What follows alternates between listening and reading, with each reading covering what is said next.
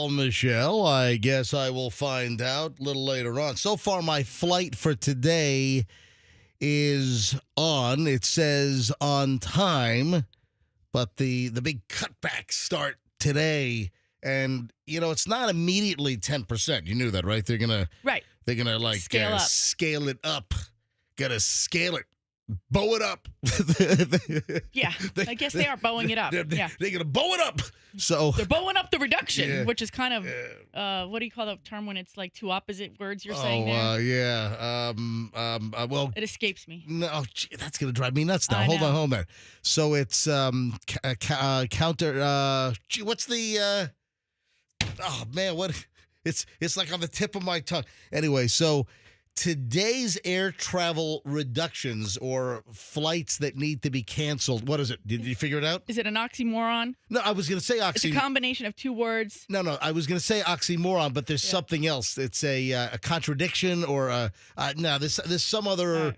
There's some other term other than oxymoron that I was thinking of, but oxymoron did pass through my head. All right, so with the whole government shutdown, and it is 6:03, and there's no sign of Fester. Okay, he'll be here. Oh, geez. Andrew says he's locked in the lobby. Oh, no. Jeez, what's the matter with him? Oh, you know what? He's got a busy schedule right now. So. He's got a busy schedule. He does. He's got some stuff going on. You're making excuses for Fester getting locked in the lobby? It's not an excuse. It's a fact.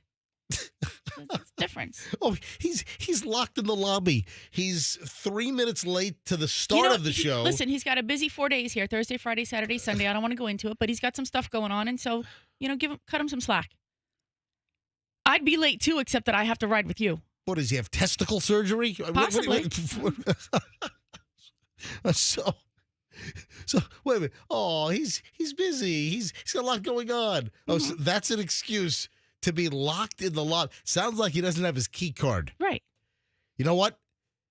The lobby doors open at 6.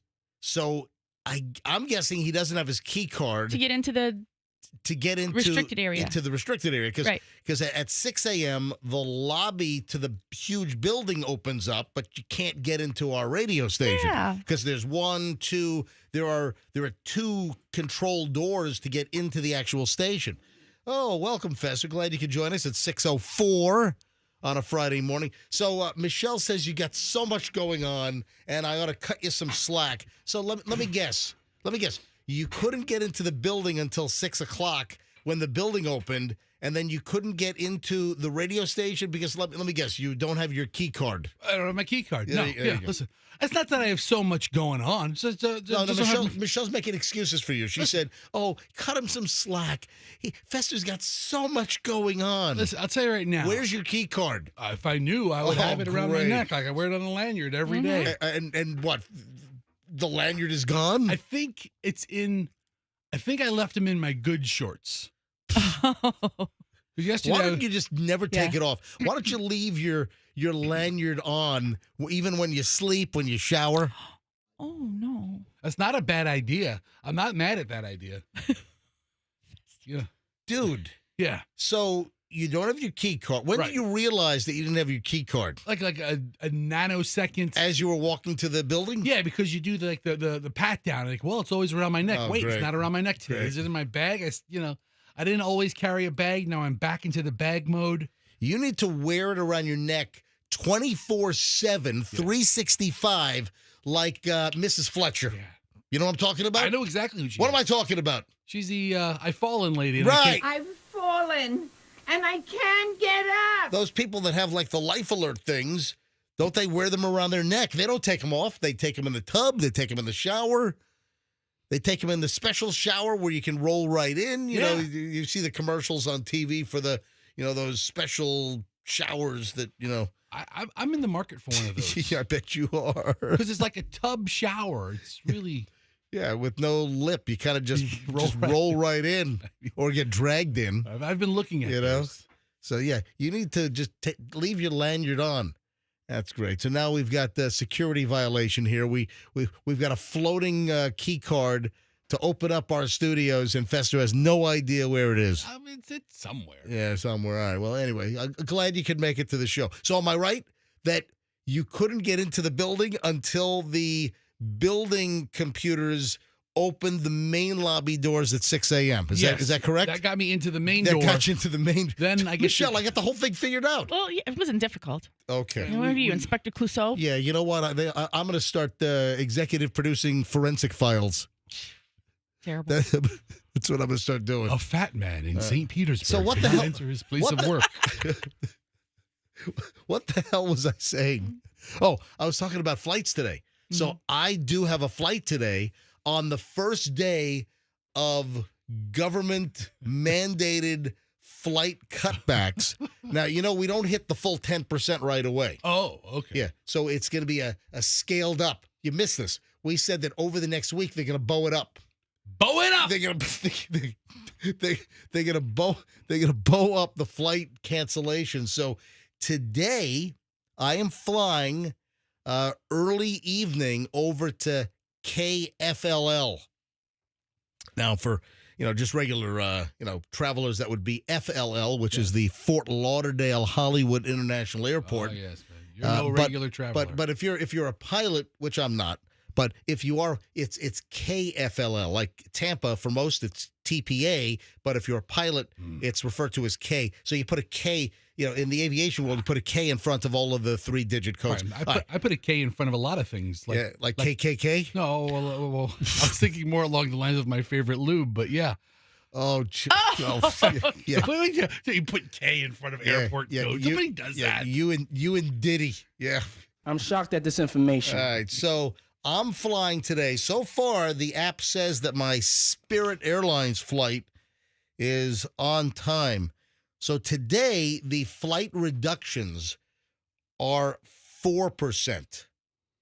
Then tomorrow, Saturday, it goes to 5%, 6% on Sunday, 7% on Monday, 8% on Tuesday, 9% on Wednesday, and then the full 10% in flight reductions will happen next Thursday. But I think that they're going to settle this government shut because now the sting, the pain, the economic impacts, the snowball effect, all that's going to start kicking here. And I think there's going to be some movement before they hit the full 10% of flight reductions. But right now, my Spirit flight is still on. I'm still trying to game the system on my free seat assignment. So I got to check this during the show today. So I'm going to the Spirit app right now, and all of the junky seats in the back are all filled. Those are all filled by the computer. So now I'm just trying to avoid a middle seat. I'm near the front of the plane now. So if I check in, let me see right now. If I check in on Spirit, hold on. Oh no, it might be ready to check. No. All right, so what row is being filled? 12. Okay, so, all right. So the next seat to get filled is row 12 middle, and I don't want that. No, we don't want that. I don't need it. So I'm waiting for some sucker to check in, because what I do is Spirit, I don't buy a seat. No. Only a sucker buys a seat. My fare tonight to Fort Lauderdale is $48. Seriously. I'm at a $48 fare on Spirit to Fort Lauderdale tonight, right? And then they want to, hit you up 15, 16, 21. Like right now, the seats that are open, if I choose a seat, it's a $31 upcharge for the regular seats, $44 if I want an exit row. Good luck, Spirit. I'm not turning my $48 flight into a $79 flight.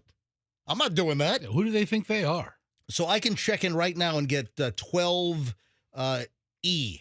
And I don't want that E. I don't want the middle. I want an aisle or a window. So I'm waiting for that 12E to fill up. And as soon as I see that, and I'm probably going to miss the exact moment because I'm going to be doing the show, so that the timing is, but there's still plenty of other seats like rows 17, 16, 15, 14. If you want, 13, you can log on the computer that we share, log on to spirit.com, and we can just monitor it as we're on the air. Well, I can monitor it on my freaking app also. You're not going to be looking down on your phone. Right. You look at a computer screen as we kind of converse. You know what? I should be just totally distracted from today's show as I just try to score an aisle or a window on Spirit later.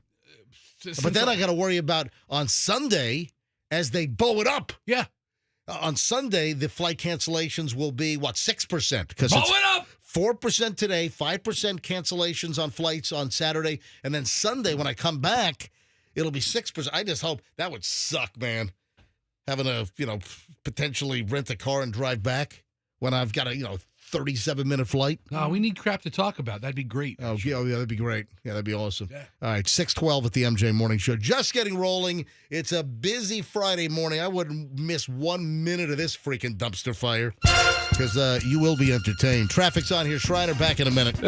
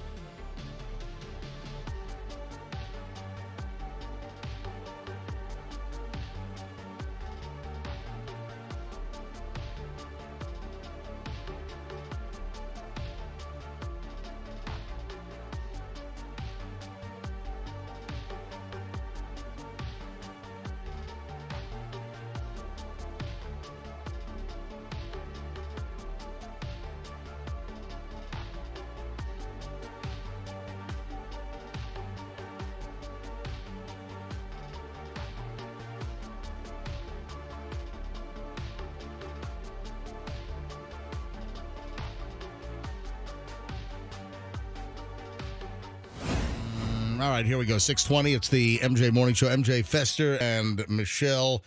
Man, I got so much weird stuff today. This is going to be a weird fest, a weirdo-rama today. Just going through just the piles of my prep and kind of just laying things out. I gotta spread the weirdos out today here on the MJ Morning Show. So stand by.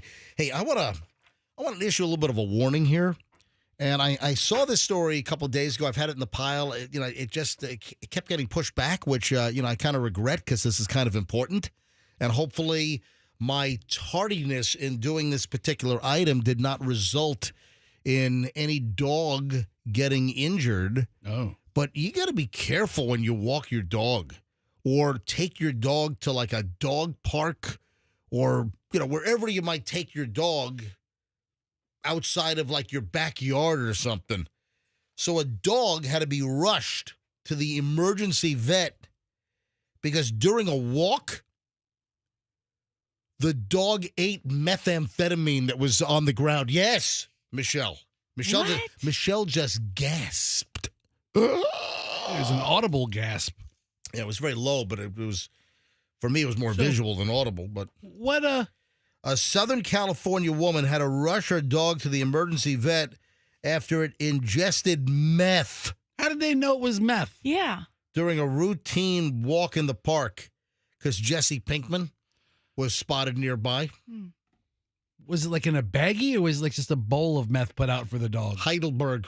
Yeah, no, was it Heisenberg? What was the name? What was Walter White's? Was it Heisenberg? Right? I don't know. I don't remember. Come on, how do you not remember? Was it Heisenberg? Right? I think it was Breaking Bad. Walter White. Heisenberg. Yeah.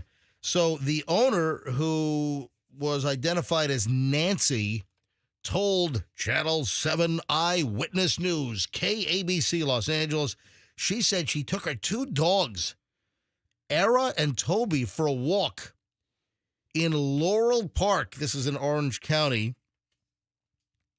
She said that things seemed fine until she came home a short time later and noticed Toby acting strange. What?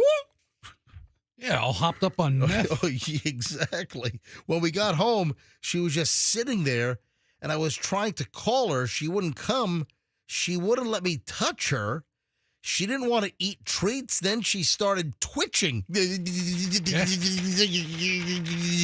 So the dog starts twitching and doing a mouth thing.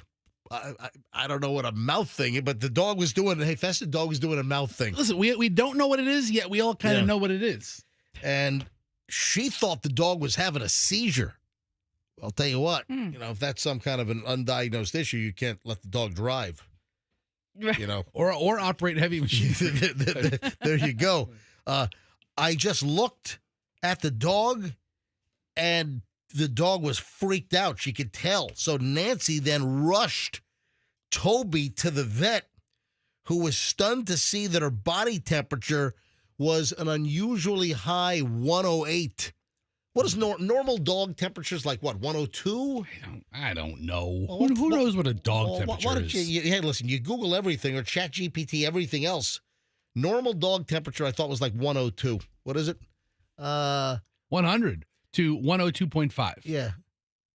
So that's the normal dog temperature. I thought it was 102. You know what? I'm going to start rectally taking our dog temperatures, randomly. That'd be fine. Yeah. Your Jack Russells will sit nice and still for that. I'm sure they will. So the dog temperature was up to 108. And the vet, at the emergency vet, the vet told Nancy that in all of the time practicing veterinary medicine, had never seen a dog temperature as high as 108. The highest she's seen was 106 in 30 years of vet practice. So Toby was rushed to the emergency room, where blood tests revealed that she had traces of methamphetamine in her system. Wow, they were able to do that quickly. Yeah, I Could guess you run so. the blood work. Apparently so. So she said she was shocked, and she said, yep, the dog must have gotten into it in the park during a walk. Somebody had dropped meth, and the dog, dogs are always sniffing around. And, our dog, I look out, when our dogs are running around our backyard, I'll look out, and they're eating twigs, they're eating grass, they're eating lizards. Our dogs are chasing lizards in the backyard. That's a score for them when they catch a lizard. I mean, I've pulled a squirming lizard out of, Gatsby's mouth before. Do you have iguanas in your backyard? No. Oh, okay. Do you? No, I don't, but I saw yesterday that it was... Dude, did you see my iguana Fort Lauderdale video from what I posted weeks ago?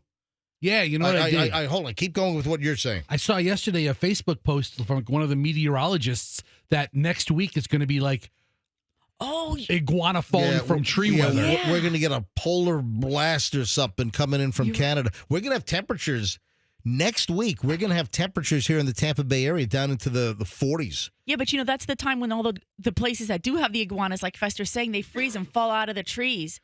Do we have iguanas in Tampa? No, I don't think. I've never seen them here. Miami thing? Not like they have. I'm telling you, folks, down in like Miami, Fort Lauderdale, they are overrun with iguanas. If you haven't seen this, for all of our early listeners right now here at 627, if you've not seen these giant freaking iguanas that are in Fort Lauderdale, I was in Michelle, we were there. We were in a CVS parking lot. They're just everywhere. What did Chloe have to run in for?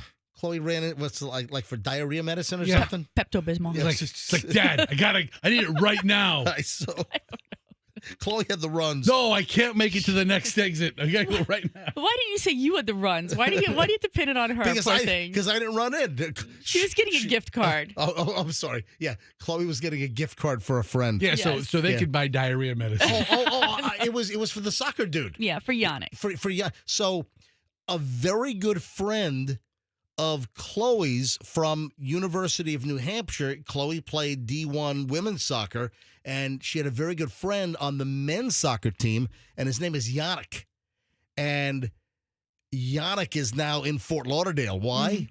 Because he plays for Miami. He plays right next to Messi. They just re-signed him, by the way. Oh, really? Yeah. Oh, that's great. So he's excited. That's awesome. And he So- needed a CVS gift card? Well, Well, no, we were. That You know, seems he, sketch. Chloe, Chloe he's was- just moved into his new place, Right. and his girlfriend was. We were giving him like a housewarming kind of. So thing. they stopped at CVS to buy a gift card. Who gives a gift card to CVS? No. You could buy whatever you buy, like a Visa one or Oh, American Express. They yeah. went in and bought a Yeah. yes. They didn't buy a CVS No, gift no, card. no, no. That's like No. thank Oh you. no! Yes, I'm But sorry. isn't that crazy? Chloe's good friend Yeah. from University of New Hampshire. He was on the men's soccer team, and now he plays for my FC Miami Yeah. or something like that? Or what's the actual name of the team? It's the pink one. No, Miami. it's what's the Miami I soccer don't team? know. It's something. What it's going to drive me? Inter Miami. Yeah. Yeah. So it's Inter Miami CF, and that's where Messi plays, and Yannick is on the team and plays with freaking Messi. He remember he got us tickets to a game. Right. You know, we showed up, went to will call. We had 4 tickets to a soccer game, and you know we were like we were right all next to all the wives and girlfriends. Right. You know, great seats. I will say it is very exciting to see Messi play. Yeah. I mean, we were excited to see our friend play. Yeah. But it's also very exciting if you're not even being a soccer person. Just my daughter played soccer, so woohoo! But to watch him play was really a lot of fun. So the point is that we went to the CVS to get the gift card. Yes. Okay, all right. For the guy all right. for the Chloe's friend who plays with Messi, and in the CVS parking lot in Fort Lauderdale, there were like a dozen iguanas. Wow. I mean, massive iguanas. I don't even know how some of them weren't like dead because they're just crawling all over yeah. the parking lot. So I got like 4 of them on video, and some of them are the size of medium dogs. And they're crawling all over the parking lot. They're climbing up trees, and I took video of this thing. Can you kill him? So, hang on, I gotta check in. Hang on, gotta check. Hold on, I gotta check in. What seat open? Hold on, Stand by. Hold on, I'm good. I gotta check in. So during the commercial break, the middle aisle in row, or the middle seat in row 12. I'm checking in right now. Hold I on. know, now. okay, you Hold on. check in. Hold on. So to the listeners who are following Hold on. MG's I gotta check in. Spirit Airlines check-in Hold on. saga. I gotta check in right now. Now's the time to check in. The flight- Check in for your flight. Hold on. Hold the on. seat Hold that on. he was Hold on. avo- Check- We're holding on. Talk, Shut talk. up. All right, go ahead. Go talk. Jeez, so for the listeners, so they know a little backstory, during the commercial break, the one seat MJ was avoiding, the middle seat in Yep. row 12 filled up. Hold on. And he started getting giddy. Hang on. Skip the. But then skipping a the middle Wi-Fi. seat Hang on. in row 8 I'm checking opened it. up. Hang on. And he wasn't quite All right. prepared to have I that have no either. hazardous stuff in my baggage. Hold Okay, on. you better Hold on. get it. Please, I'm checking. Okay, view my boarding pass. Here we go. I just checked in. I am Come on, CD. 8F. Yes, I am row 8F is the windows. You Bam! got a window? Score! Okay. All right. I mean, you know what? Go! I'm doing the Inter Miami thing. Go!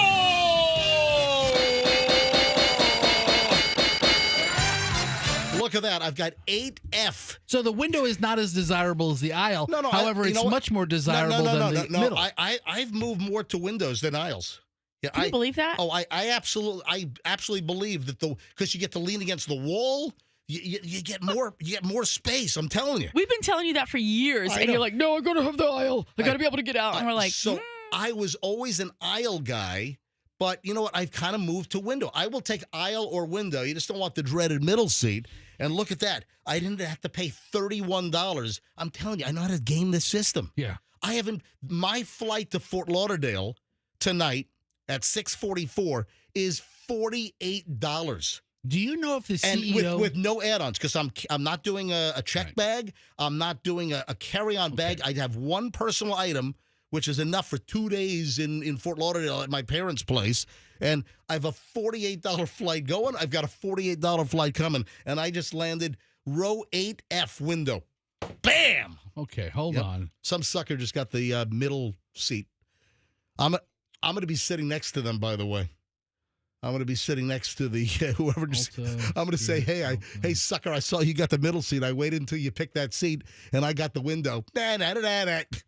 What if he's like, I was hoping to sit in the middle seat next to some good-looking man like you? What if it's some giant Fester-sized guy, Yeah. and his rolls are all hanging over on? Well, at least I can lean against the wall of the airplane. Well, Yeah. I'll tell you right now, from experience, Yeah. some really, really fat people prefer the middle seat because the aisle and window are both somewhat restricting, where the middle you can just blob over on both sides.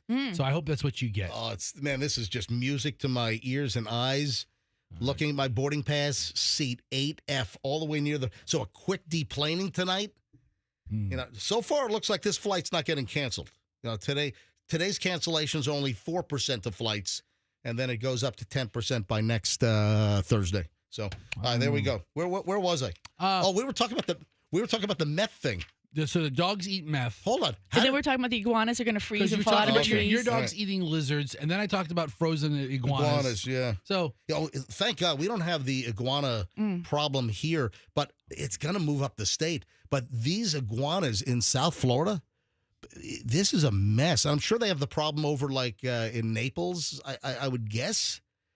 But south of us, and again, Fort Lauderdale, look at the video. Go to my Instagram, go to Certified MJ Radio, and look at these freaking iguanas running around the CVS parking lot in Fort Lauderdale. Go to Certified MJ Radio, and you'll see a couple of tiles down. Just look for the what does it say? I'll tell you what it says. So if you go to my Instagram, 1, 2, 3, 4, 5, 6, 7, 8. I want to find these. do we love these iguanas or do we hate them? No, people hate them. they're invasive, Yeah, and they poop everywhere. 4, 5, 6. They poop like all over your deck. It's disgusting. It looks like it's the 11th one. It's like 1, 2, 3. It's 4 rows down in the middle seat. Can you? They're like rats. Do they have like a season to And it catch them? it says giant. My caption is giant iguanas taking over CVS parking lot. Why couldn't you go in your backyard with like a high-powered BB gun and just like off them? All right, let me take a break here. I'm running late. We got morons in the news next on the MJ Morning Show on Q105, 104.7 FM. Hey, today is the last day to enter the Banco Spooky Garage Door Contest. Folks, I'm telling you right now, hurry up. Would you like to get in and maybe swipe it at the last minute? So Banco and the MJ Morning Show, us, we're giving away a $2,000 Clopay garage door. So bank on Banco. You know Banco, the best garage door company around. Do you have a scary, spooky garage door? I mean, is it just a total mess? Is it like falling apart? Is it dented in, smashed in, windows broken? Whatever the deal is. If you would like a new garage door, you got to send us a picture of your spooky, scary garage door, and you could win a new $2,000 Clopay garage door. Go to mjmorningshow.com. That's mjmorningshow.com. Click on As Heard on the MJ Morning Show, and then scroll down to the spooky garage door. Click on it, fill out the form, send in a picture, and you could be notified that you've won a brand new $2,000 garage door from Banco for your home. Bank on Banco. Banco's the best. Any kind of garage door service, broken spring, whatever, you want Banco. BancoDoors.com. Mention me, MJ, get 10% off. BancoDoors.com. My friends over at Westfall Roofing want you to know there are still assistance programs available in Tampa and Pinellas. So in the city of Tampa, there is like some roof assistance that you can apply for and get some relief if you need a new roof. And this is still coming off of the hurricanes from last year. And the same deal in Pinellas. So city of Tampa and Pinellas. Call Westfall to get all the details to to see if you qualify for some financial assistance with a new roof. Again, call Westfall Roofing and find out if you live in the city of Tampa or you're in Pinellas, and see if you can qualify and score some financial benefits to get a new roof. Anything roof-related, folks, you want to use Westfall Roofing. Westfall Roofing around since 1989. Family-run company. New roof, roof repair, westfallroofing.com. Tell them MJ sent you. Morons in the news next. In Hillsborough, we have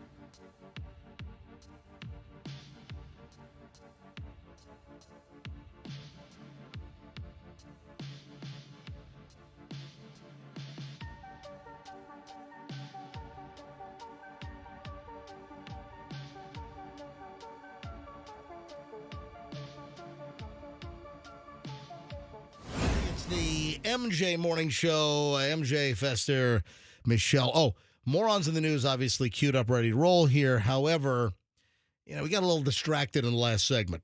Got to be honest, I was entertained. Hopefully you were. But, every once in a while we, go down a rabbit trail. There's a little distraction. We go off on a tangent in another direction. I didn't get a chance to finish up on the dog that ingested the meth.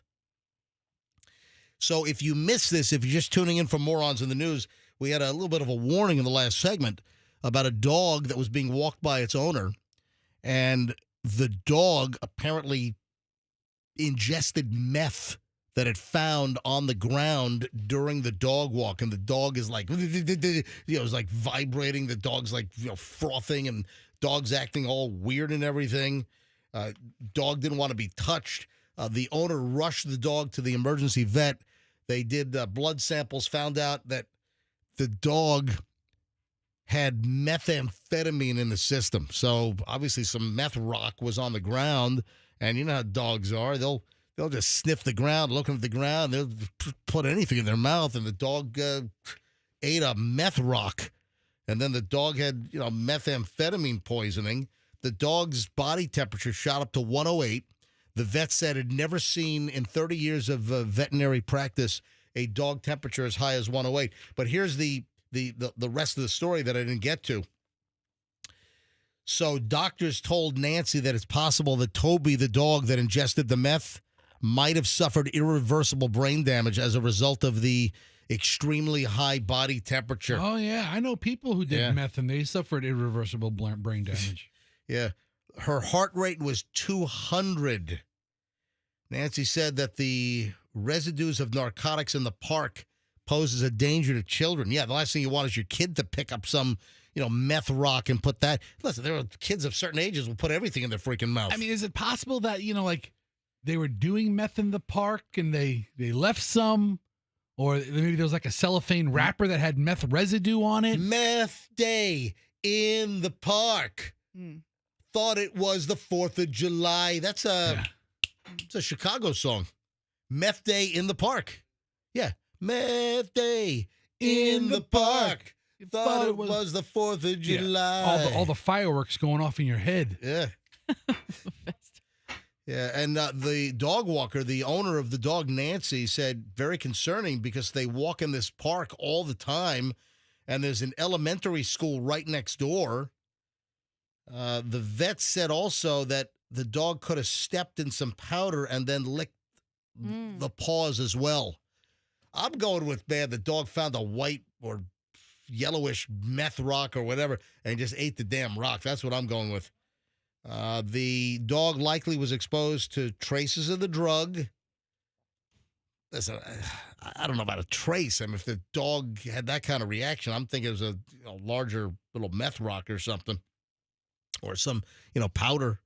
Who knows? Yeah. Anyway, so that's the, and there's no follow-up on the story to see if the dog has returned to normal or if Toby, the dog, has some kind of irreversible brain damage. I hope not.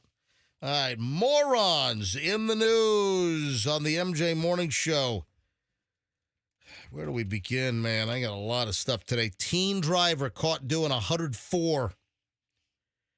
This is up in Bellevue. That's up in what? Bellevue's Marion County, right? I don't know. Yeah, this is from the Village's News. A Bellevue man caught driving in excess of 100 miles an hour. That makes him a super speeder. Told the deputy, I had to go. I had to go to the bathroom. Dude, that's a legitimate answer, dude. I got pulled over on Church Street doing 60 in like a 25. And the officer's like, hold on, what? I was pulled over years ago. You were doing 60 in a 25? What is that? Church Street, Church Avenue? Which one is that? Like one block off of Dale Mabry? Church. Yeah. I had to go. And the officer pulls me over. And You got Church and Lois and Clark. I was in South Tampa. Right. And they just lowered the speed limit from like 30 to 25. Yeah, there was remember, I think when we first moved into our neighborhood in South Tampa, I think our street was originally like 30. And then there was like sometime in the 90s, they lowered a lot of the residential neighborhoods to 25. Yeah, so I get pinched. You're doing 60 and a 25? Maybe 58. What the hell's wrong with you? And, officer pulls me over. He's like, "Yeah, you know why I pulled you over?" And you never answer that question, by the way. They're setting you up. Yeah. There's a whole things.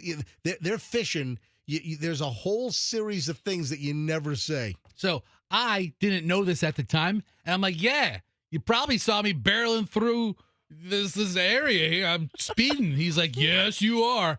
And it's almost like he gave me like the, what do you have to say for yourself? Like, look. Uh-huh. What do you have to say for yourself, and I'm like, son? I mean, officer instantly is becoming, a judge and jury. And I'm like, officer, I got to go right now. And he's like, hold on, ran my tag, took my license. In fact, I'm about to get explosive all over the place. Dude, he saw you don't want to be anywhere near this window, sir. And I said, go back to your car. I even said, I go, officer, you know what it's like to be in a car all day and you have to go. When you got to go, you got to go. And the officer, he gave me, this is what he gave me. He gave me this. He goes, huh. Like he heard me. Mm-hmm. Huh. And it resonated with him. Made sure I had no active warrants. Right. Which at the time I didn't. Yep, that's good. So. Yeah, because just seconds from then, it was going to be like, oh, my God. Holy moly. And you know what it is? Yeah. I just, by the hair off of. Your chinny chin chin? Okay. Or your assy ass? I made it to the Steak and Shake.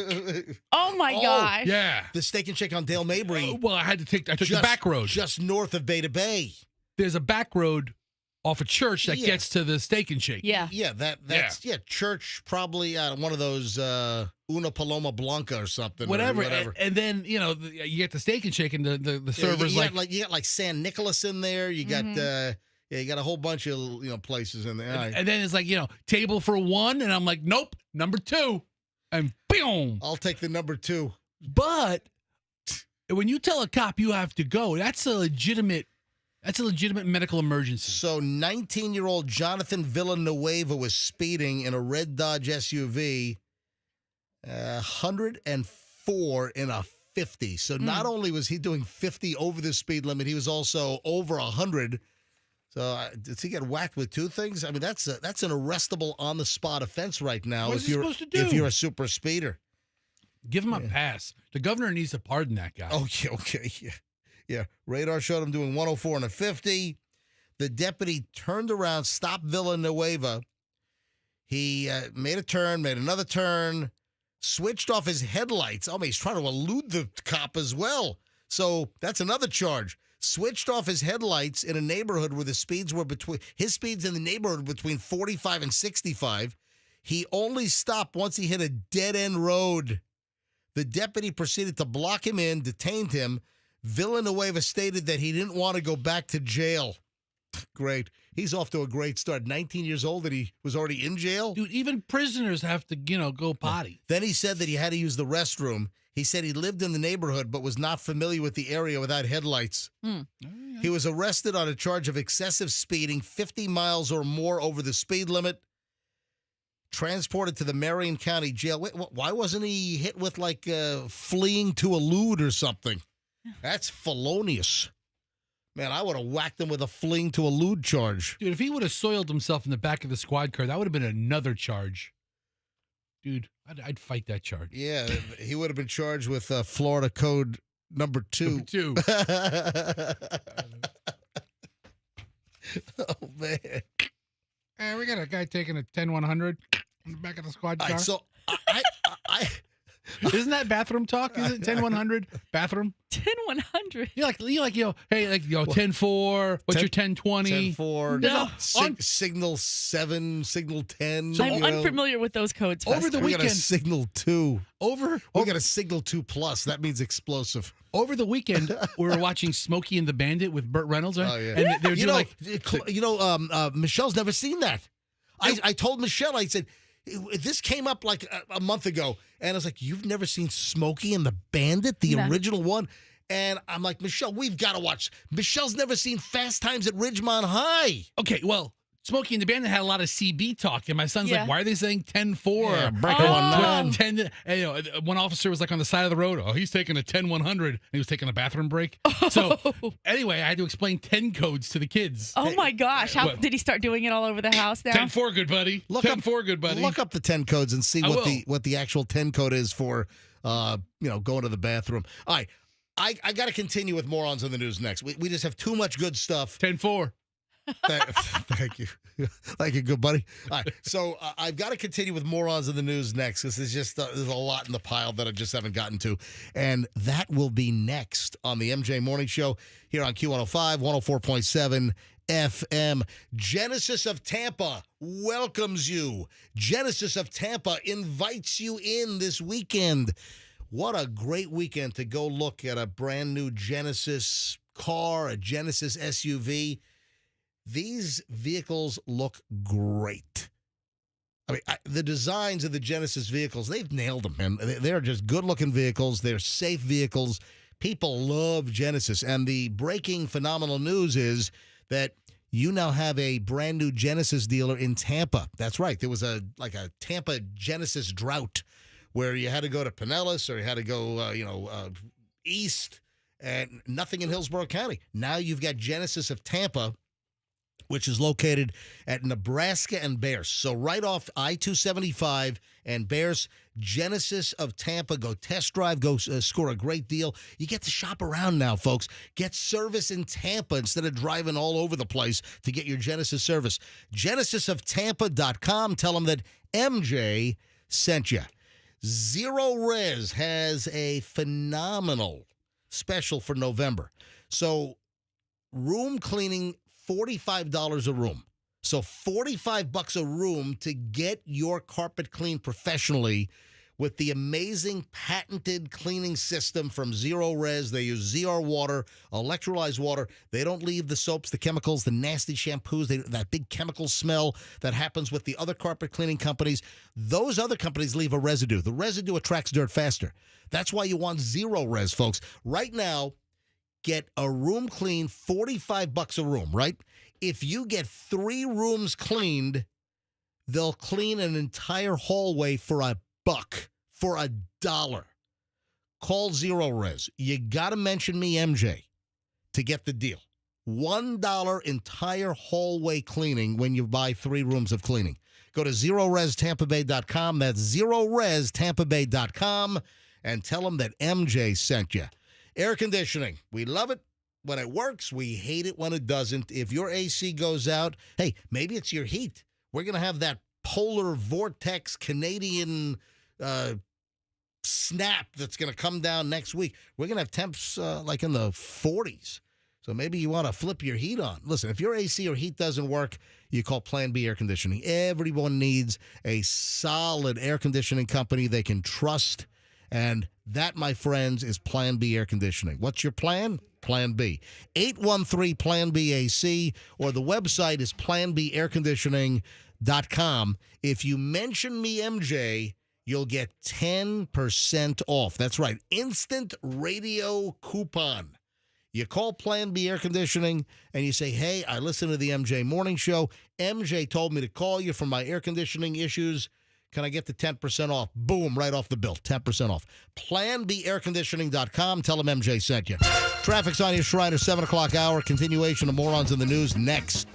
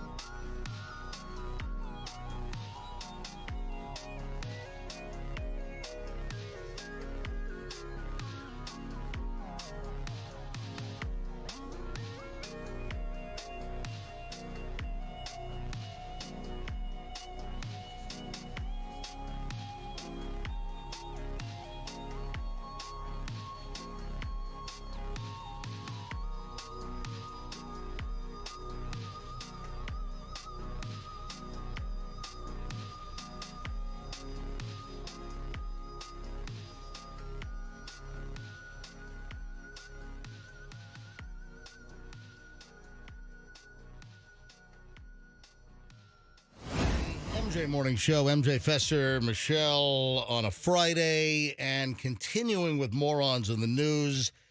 Just too much good stuff to leave on the table here. What's next? Oh, boy, this has got to be a mess. Got to ask an automotive mechanic what's the story on this. An ex-boyfriend who turned into a stalker poured pancake syrup into the lady's gas tank. That's probably not good. Oh, man. What does that do? I mean, like, you've always heard, like, sugar in the Yeah, gas tank yeah. gums it up. I mean, Yeah, I mean, maple syrup. Well, hold on a minute. First of all, I doubt he used real maple syrup. Oh. You know, I'm sure it was just. Mrs. Butterworth? Yeah, which that's- is just essentially corn syrup. Yeah, that's just. Aunt Jemima? Just thick, viscous sugar water. I mean, the stuff you buy in this, the regular, like, they can't say maple syrup. That was the whole thing back when I was a kid. I remember Pancake syrup. I think like Log Cabin got in trouble for calling it maple syrup. When I was a kid, it had like 2% maple syrup, and the rest was like high fructose corn syrup. I mean, but if you look at like Mrs. Butterworth, or you look at like Log Cabin or any like the store syrups, there is like zero. There is like bubkus, like no actual maple syrup. And when I do have a waffle or a pancake, I will not use any crap syrup. I don't. And I don't eat that many pancakes or waffles. But we have a good, I think it's tan. We've got like some tan jug of real, like Maine or Canadian grade A dark amber maple syrup. Isn't Vermont the maple syrup state? Yeah. Oh, yeah. Well, Vermont, Maine, all up in New England, and then the Canadians are in on that action too. But I don't get it, man. If you're enjoying a pancake or a waffle and you're using that crap syrup, okay, I get it. It's $4 or $4.59 a bottle versus getting a jug. Well, look, you don't have to buy the jug. You could buy just like an 8 or 12 ounce bottle of real grade A amber maple syrup. And what do those run? Like $10, $12? Yeah. I think the jug we buy is like $19.99 or something, but it lasts a long time. But Mrs. Butterworth's or Aunt Jemima. Oh, I'm sorry. It's not. You can't say Aunt Jemima anymore. You can't. What is it? It's Pearl Bailey Milling Company or something? I think it's just Pearl. Pearl, whatever it is. But all those, spend the extra money, folks, and get the real maple syrup. But look here. I'm looking at the label. Yeah. Pearl Milling Company. Yeah. And then in the corner, it It says, says formerly Aunt. Oh, they added that. this is from Target. Holy crap. I haven't seen that. So if you look at the Pearl Milling Company label next to Pearl Milling Company, it says formerly Aunt Jemima on the label. You know what? They screwed up. They made you know what? Their sales must have plummeted. I bet you Mrs. Butterworth cleaned Aunt Jemima's clock. I mean, she's Once they went to the Pearl Milling Company. Mrs. Butterworth probably driving a Lamborghini right now. What a stupid change. And listen, there was this whole thing about stereotypes and Aunt Jemima, and was it racist? The family, the descendants of the woman that played Aunt Jemima, like in the 1930s and the 1940s, the black family was incensed that they shedded the Aunt Jemima name. So they went cold turkey. They walked away from Aunt Jemima and they went to this Pearl Milling Company. And look, Fester just showed me the label of the current Pearl, and it says formerly Aunt Jemima now on the label. Yeah, that's the first time I've seen that as well. Oh, their sales must have plummeted. I mean, like in the turlet. Wow. Anyway, where were we? Oh. I don't know. Where were we? Oh, the syrup in the gas tank. Yeah, the stalker ex-boyfriend. I got it right here. This is, again, out of the Village's News, man. My favorite news source on the planet. A Bellevue, Florida man arrested on a warrant earlier this week for stalking and intimidation after allegedly pouring pancake syrup in his ex-girlfriend's gas tank. Deputy responded to the Village of Ocala Mobile Home Park Sounds lovely. in Ocala regarding criminal mischief. According to the arrest warrant from the Marion County Sheriff's Office, the ex-girlfriend of 28-year-old Edward James Giles believed he poured pancake syrup into her vehicle's gas tank. How did she know it was pancake syrup? There's probably jars of it laying around her car. It had like the brown drip, and she licked Oh. it. Yeah. Yeah, there was a viscous drip, and it's like the cops on TV shows that they have to test the Coke with their pinky finger. Oh, yeah, that's Coke. I mean, I Oh, guess yeah, that's Mrs. Butterworth. it kind of looks like motor oil, but then you kind of play with it with your fingers, and you realize it's not motor oil. And then you smell it, and it's sweet, and you're like, maybe I'll taste it. And it's Mrs. Butterworth. Gotta sniff it. Gotta sniff it. So the cops show up. The ex-girlfriend suspected that he poured the pancake syrup into her gas tank. She explained that an unknown number texted her, oh, why did she think it was pancake syrup? I forgot to mention this. Because an unknown number texted her that said, enjoy the pancake syrup in your gas tank. And in your oil of your car. ROFL. Rolling on the floor laughing. Yeah. Giles, who she had dated for 11 years and shared 2 kids. Oh, baby daddy. Was the only person that you could think of that would mess with the vehicle. She did not know when the syrup was put into the gas tank, but she got the text earlier that something had occurred. The deputy did see a sticky substance in the gas tank hole. Got a sticky substance in the hole, folks. You got to use a funnel if you're going to try to jam some pancake syrup in a car. In the police report, the deputy noted that it smelled like pancake syrup. What? Yes, it's in the police report. You know, it heats up with the car, gives off that nice maple-esque smell. Oh, yeah. Oh, yeah. Well, let me tell you right now, that is the start to a balanced breakfast. It's part of a complete breakfast. There we go. That's part of a complete breakfast. That's what I was. Can you imagine? Well, first of all, listen. You get a text saying enjoy the pancake syrup. I mean, this is not Sherlock Holmes detective level stuff right here. All right. So you get a text saying enjoy the pancake syrup. Then it smells like pancake syrup. It tastes like pancake syrup. The deputy saw the substance. The ex-girlfriend's brother added the vehicle was parked behind their residence on the street. There had already been issues with the car prior to the syrup being added. Wow. So, see, if you really want to mess with somebody, you put pancake syrup in their like windshield washer fluid container, right? Little reservoir. Ooh. So this guy was texted, or this guy was arrested, rather. Yes. He was hit with stalking charges. The pancake syrup bandit. That's not the name you want in jail. I'll tell you. He became Mrs. Butterworth's bitch in jail. You don't want to be known for the Butterworth bitch. Did it say which maple syrup they used? It doesn't say what brand. It didn't say that any bottle of evidence was recovered. Every couple of weeks, Publix has it on BOGO. You bought one, got one free. Oh, dumped them both in the. Oh, man. Yeah. We have a couple that's gotten off, so to speak, on their mile high attempt. Married couple arrested for allegedly joining the Mile High Club in view of other JetBlue passengers has gotten off. Yes, they did. Of course, it's JetBlue.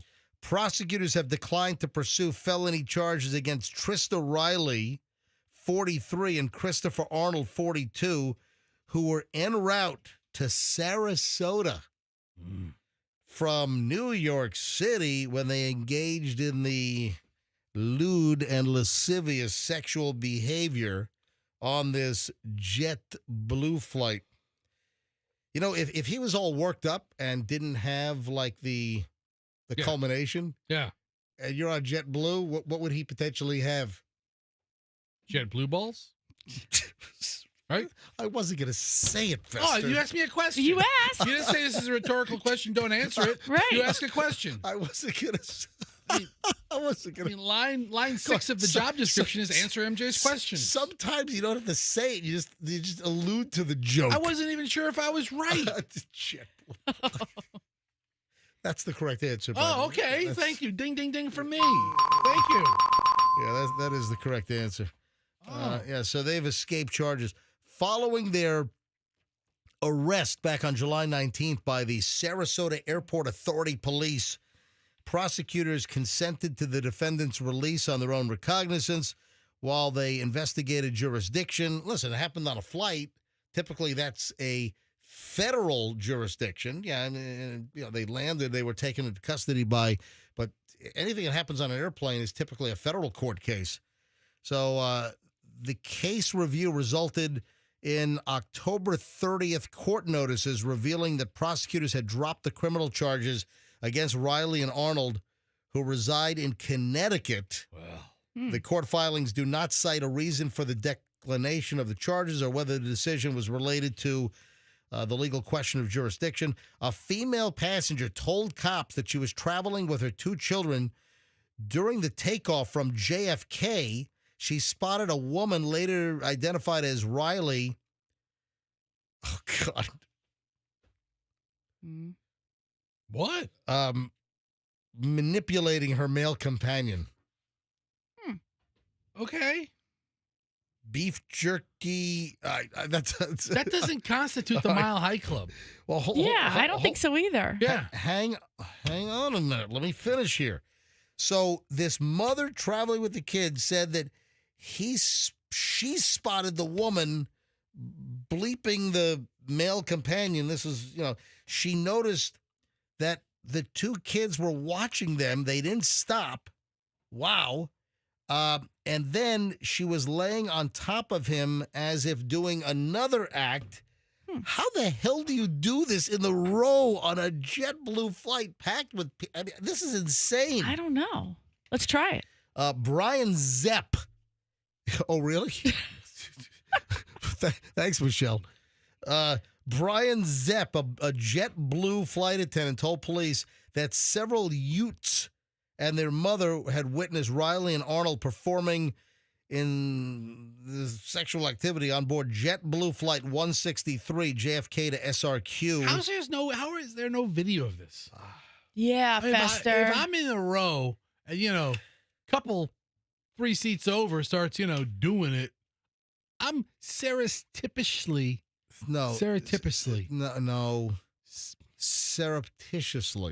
I am on the low. Actually, it's more surreptitiously. It's like maple syrup. I will discreetly video them on my phone. I'll take You'll be more discreet than they are. Yeah. Investigators noted that further investigation indicated that Ms. Riley was seen by 2 underage Utes performing oral sex and bleeping off Mr. Arnold. I mean, this is unfreaking believable. I know, right? It sounds like a fantasy.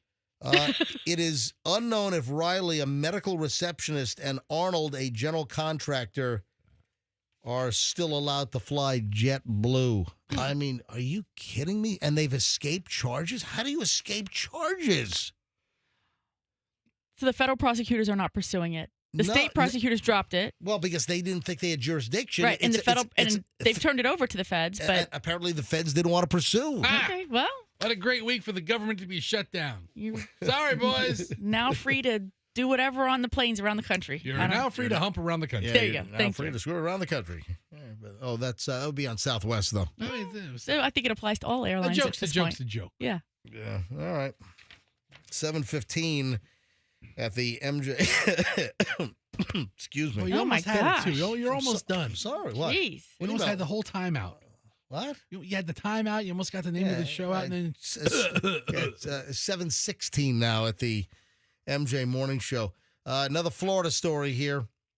A Florida man who apparently mistook a 7-Eleven toilet for a Ritz-Carlton bathroom was arrested yesterday for striking a female clerk in the face with a wad of chewing tobacco due to the convenience store's lack of toilet paper.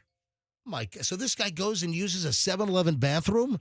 The bathroom didn't have toilet paper, so he retaliates by... Andrew wants to know how Ritz-Carlton worked into the story. Well, I'm going to tell you here in a second. yeah, right. All right, so this is the Smoking Gun, our friends of the Smoking Gun.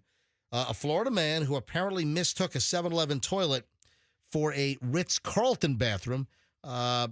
Oh, in the sense that it Yeah. had to have all the amenities. Yeah, and, the accoutrement. yeah. Absolutely. Don't besmirch the Ritz-Carlton. Yeah, so investigators say that Dalton Albert, this guy's name is Dalton.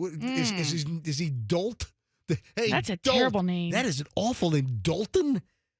Dolten. And he His had to be- parents just set him up for life, man. He had to be called Dolt, right? Hey, you Dolt. Or just as a nickname. Hey, Dolt. Yeah. Yeah. So this happened right here in Pinellas County. This happened in the great enclave of PP. That's Pinellas Park. So I guess he was in PP trying to pee. So no, if there was no toilet paper, it was something. He was trying to poo-poo. Poo-poo in PP. Poo-poo in PP. All right, so investigators say that Dalton Albert, 40, entered the 7-Eleven in Pinellas Park to utilize the bathroom. Albert subsequently argued with the victim. Yeah. The clerk's name is Razia Sultana over the lack of toilet paper, according to the criminal complaint. As recorded by a security camera, Albert gathers a wad of tobacco from his mouth and throws it at the victim, striking her in the face. This guy reaches in, grabs a wad out of his lip, and hurls it at the 7-Eleven clerk's face. I mean, while that's terrible, that's like the An lesser of the two evils. An officer who responded to the 7-Eleven reported that Sultana had remains of the defendant's spit and tobacco on her face and clothing. Yeah. Oh, that's just disgusting. It is this. Michelle, you are correct. That's disgusting. Charged with misdemeanor battery, Albert was booked into Pinellas County Jail and released on a $1,000 bond. According to court records, Albert's rap sheet includes convictions for passing bad checks, marijuana possession, theft, driving with a revoked license, and careless driving. What a credit to Pinellas Park right there. The dolt. You obviously haven't gone to the bathroom at a 7-Eleven in quite a while. All right. So, Andrew, to answer your question that you asked in my ear about 3 minutes ago, what's the connection to the Ritz-Carlton?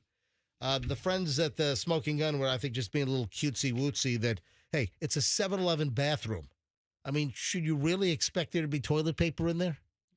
I mean, you got to check, dude. I mean, you can't just assume. You can't assume. Morons in the news, ladies and gentlemen. Chunk 2 today. He obviously wasn't wearing socks. Gross. Because that's the backup. What? You go to a public commode, there's no toilet paper. Off with the sock. Oh my gosh. You just have to leave Fester. it there. You have to walk out with one sock. It is. You're pissed about it, but what's the alternative? 7:20 at the MJ Morning Show. When we get back, we start an hour and 20 minutes of nonstop MJ. Michelle, I got an email saying you're scamming me. Yep. I'm scamming you? Yep. I have an email from a listener that lays out a whole argument in bullet point fashion on how I'm getting scammed by you. Well, I'd like to hear it. Well, you will. Sounds Okay. more like a manifesto. Next. You'll hear this next on the MJ Morning Show. And we got a lot of stuff coming up because we have an hour and 20 minutes of nonstop MJ, and it starts next here on the MJ Morning Show, Q105. You don't want to miss one moment of this. Hey, Veterans Ford is waiting for you this weekend. Folks, if you want the Veterans Ford MJ deal this weekend, or really any day, it doesn't matter. But hey, listen, it's Friday. You got the weekend ahead. Great time to go look at a new Ford car, truck, or SUV. So if you want that MJ deal, what do? You walk into Veterans Ford and you announce that you are there for the MJ deal. So walk into Veterans Ford, you say, hey, I want the MJ price. No other Ford dealer in town is going to beat that number. You're going to get absolutely the best deal on a new Ford car, truck, over anybody. No one's going to beat the deal if you go to Veterans Ford and mention me, MJ. People love Veterans Ford. People constantly say, hey, thanks, my first time at Veterans Ford, or, hey, MJ, I went back to Veterans Ford. I'm a repeat customer. Love those folks. People love Veterans Ford. You want to get a great deal. You want to get phenomenal treatment. Do you need excellent Ford service? I've heard from many people that hated like an experience at a different Ford dealer. They went to Veterans Ford for their service and like night and day. Love this place. Veterans Ford, tell them MJ sent you. Line ball on the Veterans Expressway. Simple as that. International Diamond Center, IDC. They are the diamond pros, folks. Nobody knows diamonds like International Diamond Center. Nobody prices diamonds more fairly than International Diamond Center. And now that includes lab-grown diamonds. All right, so IDC, let's just get this out of the way. IDC prefers real, natural diamonds, but they got tired of people getting ripped off with these lab-grown diamonds. Some places are jamming up the price, thousands and thousands, up to an 800% markup. And IDC said, listen, well, we prefer the real diamond. We don't want to see people get ripped off. So now they are offering lab-grown diamonds. They've got great connections, and they're going to save you a fortune if you do want a lab-grown stone. Simple as that. IDC has always been about protecting you, the customer, from ridiculous markups. And now they're bringing transparency to the lab-grown market. Just another example of how IDC is revolutionizing retail jewelry here in the Tampa Bay area. Don't buy a diamond, natural or lab-grown, anywhere until you go to IDC. International Diamond Center, Tampa, Clearwater, Lakeland, and Sarasota, and tell them that MJ sent you. When you make that move, you have enough on your mind. You've got enough stress. You've got enough worry if you're moving to a new house, a new condo, a new apartment, whatever. Whether it's across the street, whether it's across the state, whether it's a different county, whether you're moving completely out of state, you need a good moving company. And that, my peeps, is twocollegebrothers.com. You got the others, then you've got Two College Brothers. Remember, you have to have the College Brothers, and there are two of them. twocollegebrothers.com. If you have a move scheduled, you might want to call Two College Brothers if you're using somebody else. You know, trust me on this. Or if you're just beginning to book your move, call Two College Brothers. Mention the MJ Morning Show. They'll give you a pile of free moving boxes to help you with the move. They'll drop them off at your house. Friends, don't let friends or relatives use a crappy moving company. twocollegebrothers.com. Tell them MJ sent you. Traffic's on 724. MJ Morning Show back in just a minute.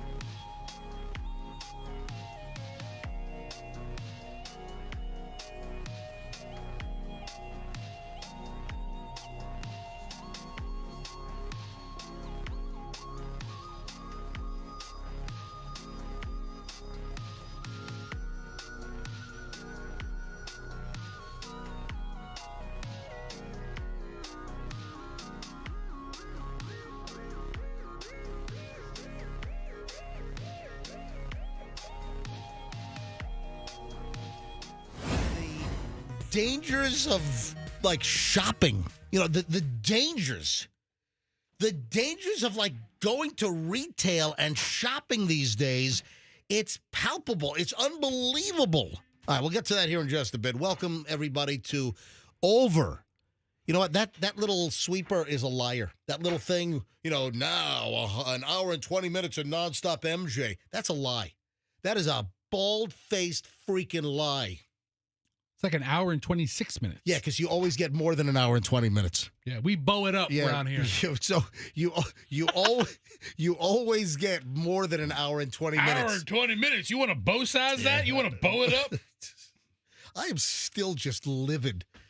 I was all excited about Bojangles opening up in Pinellas Park. Yeah. Bojangles coming back to the Tampa Bay market after years of absence. Bow it up. And then I go to the grand opening of the big Bojangles, and they have no regular chicken.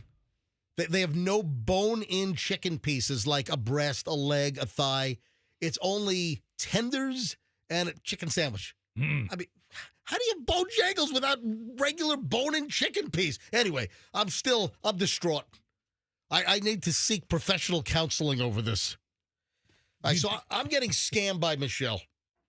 According to a listener. Yeah, according to Paul from Largo. So Paul writes, and the subject line caught my attention right away. My private email, folks, is mj@mjmorningshow.com. So Michelle can't even get into my email. It's private because Michelle probably would have deleted this. She probably would have gone in and delete. Not a trace, even emptied my trash bin. Just got rid of it all. So if you ever want to send me an email, folks, if you want to send me a private email, you got a hot tip, you got gossip, you've got something that I need to know. I get tons of material from listeners. When I get like some kind of hot story or we get some inside information or I break a story, which happens, quite a bit, I get a lot of stuff from listeners like you. And if you want to remain anonymous, just tell me. Don't mention my name.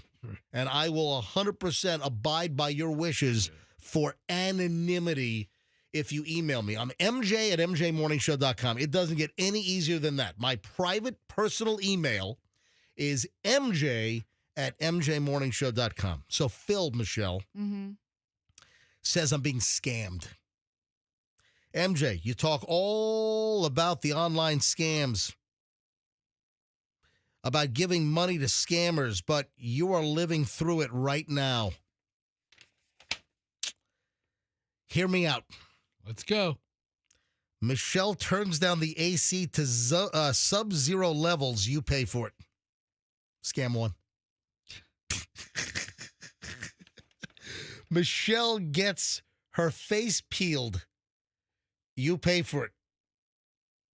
Aren't you going somewhere today? Yes.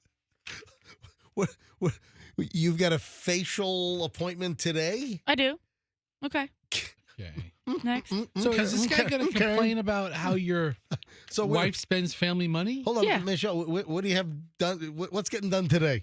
I'm just getting a little bit of Botox. Gonna bow it up! Bow it up! Bow it up! That's what I'm going to tell Kate when I get there. Bow it up! Botox. You know what? Bojangles ought to offer Botox. Mm-hmm. You get a chicken biscuit and you get Botox. Bow it up! I want to go back to Bojangles just for the potato rounds, the little potato tots. I want to go back to Bojangles when they have bone-in chicken. Bow it up! How about bone it up? Wow. Bone it up. All right. So, Michelle, you get your face peeled, and he says, I'm paying for it. Next, Michelle goes out on girls' night. You pay for it. All right, listen, in Michelle's defense, Michelle has very few girls' nights. Is this just the Largo Larry complaining about the way? No, it's Paul and Largo. Whatever. Okay. So, Michelle, you don't really do girls' nights regularly. No, and it Yeah. really wasn't a girls' night. It was a dinner. Like we had a we wanted to get together.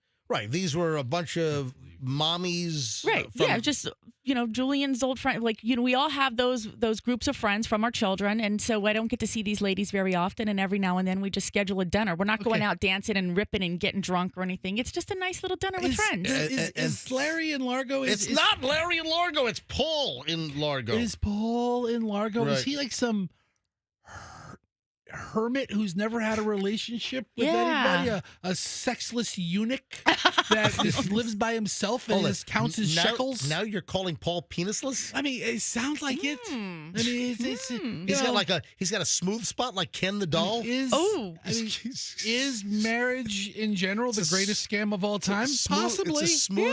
It's a smooth plastic Ken and Barbie, crotch area. All right. So, you know what I realized? With your girls' night out, with all the old Shorecrest mommies, yes, 3 of you 4 are lawyers. That's correct. I know. All right. 3 of you 4 are lawyers. That's crazy. Anybody spill the soup on themselves? Yeah. Be like, oh, No. you're taking this place down. By the way, that's when Michelle said to me when she came home, "We've got to go to this Elliot Astor." Yeah. Yeah, so they met at Elliot Astor at the Vinoy, and that's why Michelle and I did date night. Okay, back to the letter. This Wednesday. From Paul the Eunuch. And by the way, Elliot Astor was really, really good. Great. All right. Fessa, shut up. Let's still talk about the hoity-toityest restaurant in town and say it's really good. Well, it is. Okay, yeah. There are hoity-toity restaurants that can suck. Yeah. This happens to be good. Hoity-toity. All right, so here we go. Michelle gets $350 haircuts. You pay for it. Again. All right, first of all, I don't know what you're trying to prove here. Michelle, you don't get a $350 haircut. No. She stopped getting those years ago. I mean, she gets like $800 haircuts. Stop it. So, is your hair, is it $350 or $300 when you get your stuff done? It's $300. So first of all, Paul, you're $50 high. It's $300 plus tip. And that's the full coloring and everything. Correct. So you get the full hair coloring, yes, and the haircut. And sometimes I get a little kit so I can extend it so I don't have to go as often. All right, but you see what Paul's doing here? Yeah. All right. So next, Paul says Michelle gets mani-pedis. You pay for it. Michelle gets date night once a week. You pay for it. I'm okay with that. All right. Michelle wants to go to concerts that cost $700. Stevie Nicks. You pay for it. You want Michelle to pick you up at the airport. She can't because she's been drinking or sleeping. Did you take your headphones off? Yeah, I can't listen to this segment. What's the matter with you? Suck. Is there a punchline? Is there a punchline? Or are we going to listen to some guy analyzing your relationship? This guy's analyzing my relationship. Paul the eunuch, who's never been in a functioning relationship, doesn't understand the concept of community money. It's not your money, MJ. Okay, hold on. It's not your money. Are you not coming to your wife's defense at all? Yeah, really. I'm waiting for something to develop out of this segment. Even if I'm the breadwinner and we're married, it's still our money. I'm waiting for something to develop. Well, why don't you just clam up and listen to me? Let me get through this, and then I'll come to Michelle's defense. I've been clamming and listening. Guess what? Michelle's been coming into this program since, January, right? I don't know what's more amazing. You're giving Paul this platform. And Michelle is not making a dime here. Okay. The Beasley Media Group is not paying Michelle a dime. Neither are you. And that's, I guess I am, according to Paul. You Paul want the accountant. You want Michelle to make biscuits. She won't because she's too busy. So you have to make them yourself. Okay. What does she bring to the relationship? Paul wants to know. Yeah. Again. If she didn't wake up and come to the studio, she'd get up at the crack of noon and start on a box of wine. Are you entertaining yourself only? Yeah, only. Are you? This is pathetic. Festa, what's wrong with you? Paul's probably home humping his couch. I mean, this guy sounds like he has no friends, no functioning relationship, doesn't understand the concept of marriage. Where and you're just like, this is so funny. She has a lot of fancy purses and wallets. Anyway, the caller who told you that she rides your coattails was right. Okay. Interesting. All right. I'm going to come to Michelle's defense right now. Oh, man. Paul in Largo, I think, has a lot of time on his hands. Apparently a little too much. Michelle does disgusting couch. Michelle does a lot of work. Hold on. Raising our two fine kids, Julian and Chloe, that was a full-time job. Driving them to school every day. Listen, Michelle, you still work for our kids. You still, help Julian, come up with the best course schedule. I mean, you're still helping our kids She today. works for the functionality of the family. Exactly. She doesn't work for the kids. No, This is so right. weird.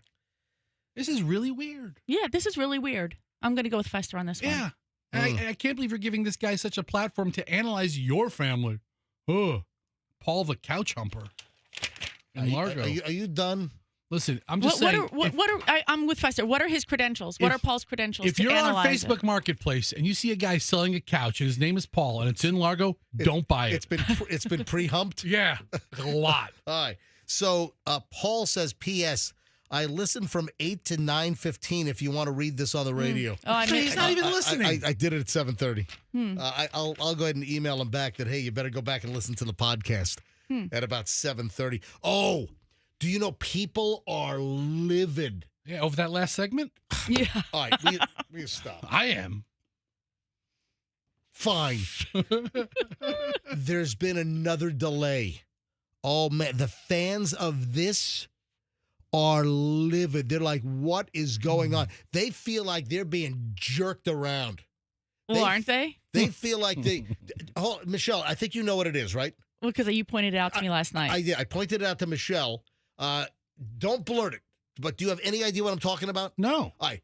There is a community that is so into this.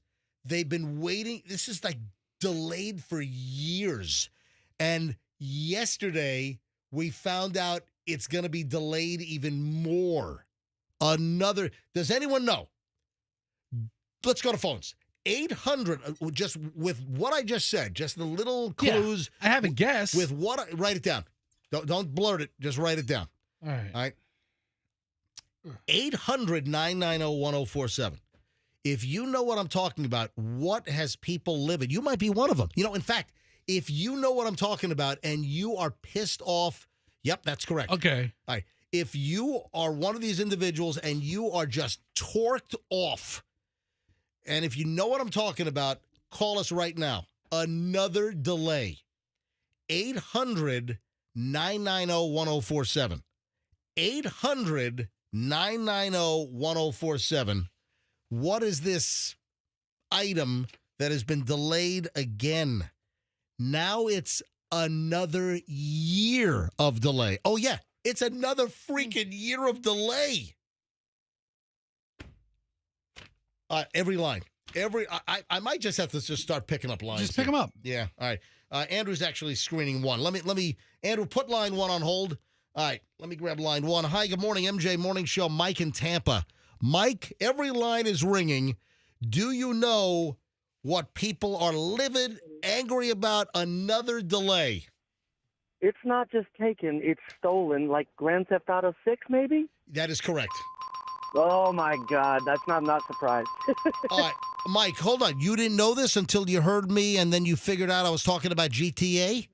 I saw a blurb about it yesterday in one of the little clickbait things that it's probably going to be delayed again. I'm like, well, it's like the games are only going to get better if they can really develop them even harder. So I think people are going to be happy once it comes out, but people, there's going to be a lot of people butthurt about it. You are correct, Mike. Right off the bat, you got it. Hey, Andrew, do me a favor. All the lines are ringing. Could you find me people that are just pissed off? Find me some really angry people now over this whole Grand Theft Auto. So Take-Two Interactive said yesterday now they expect to launch Grand Theft Auto 6 on November 19th of next year.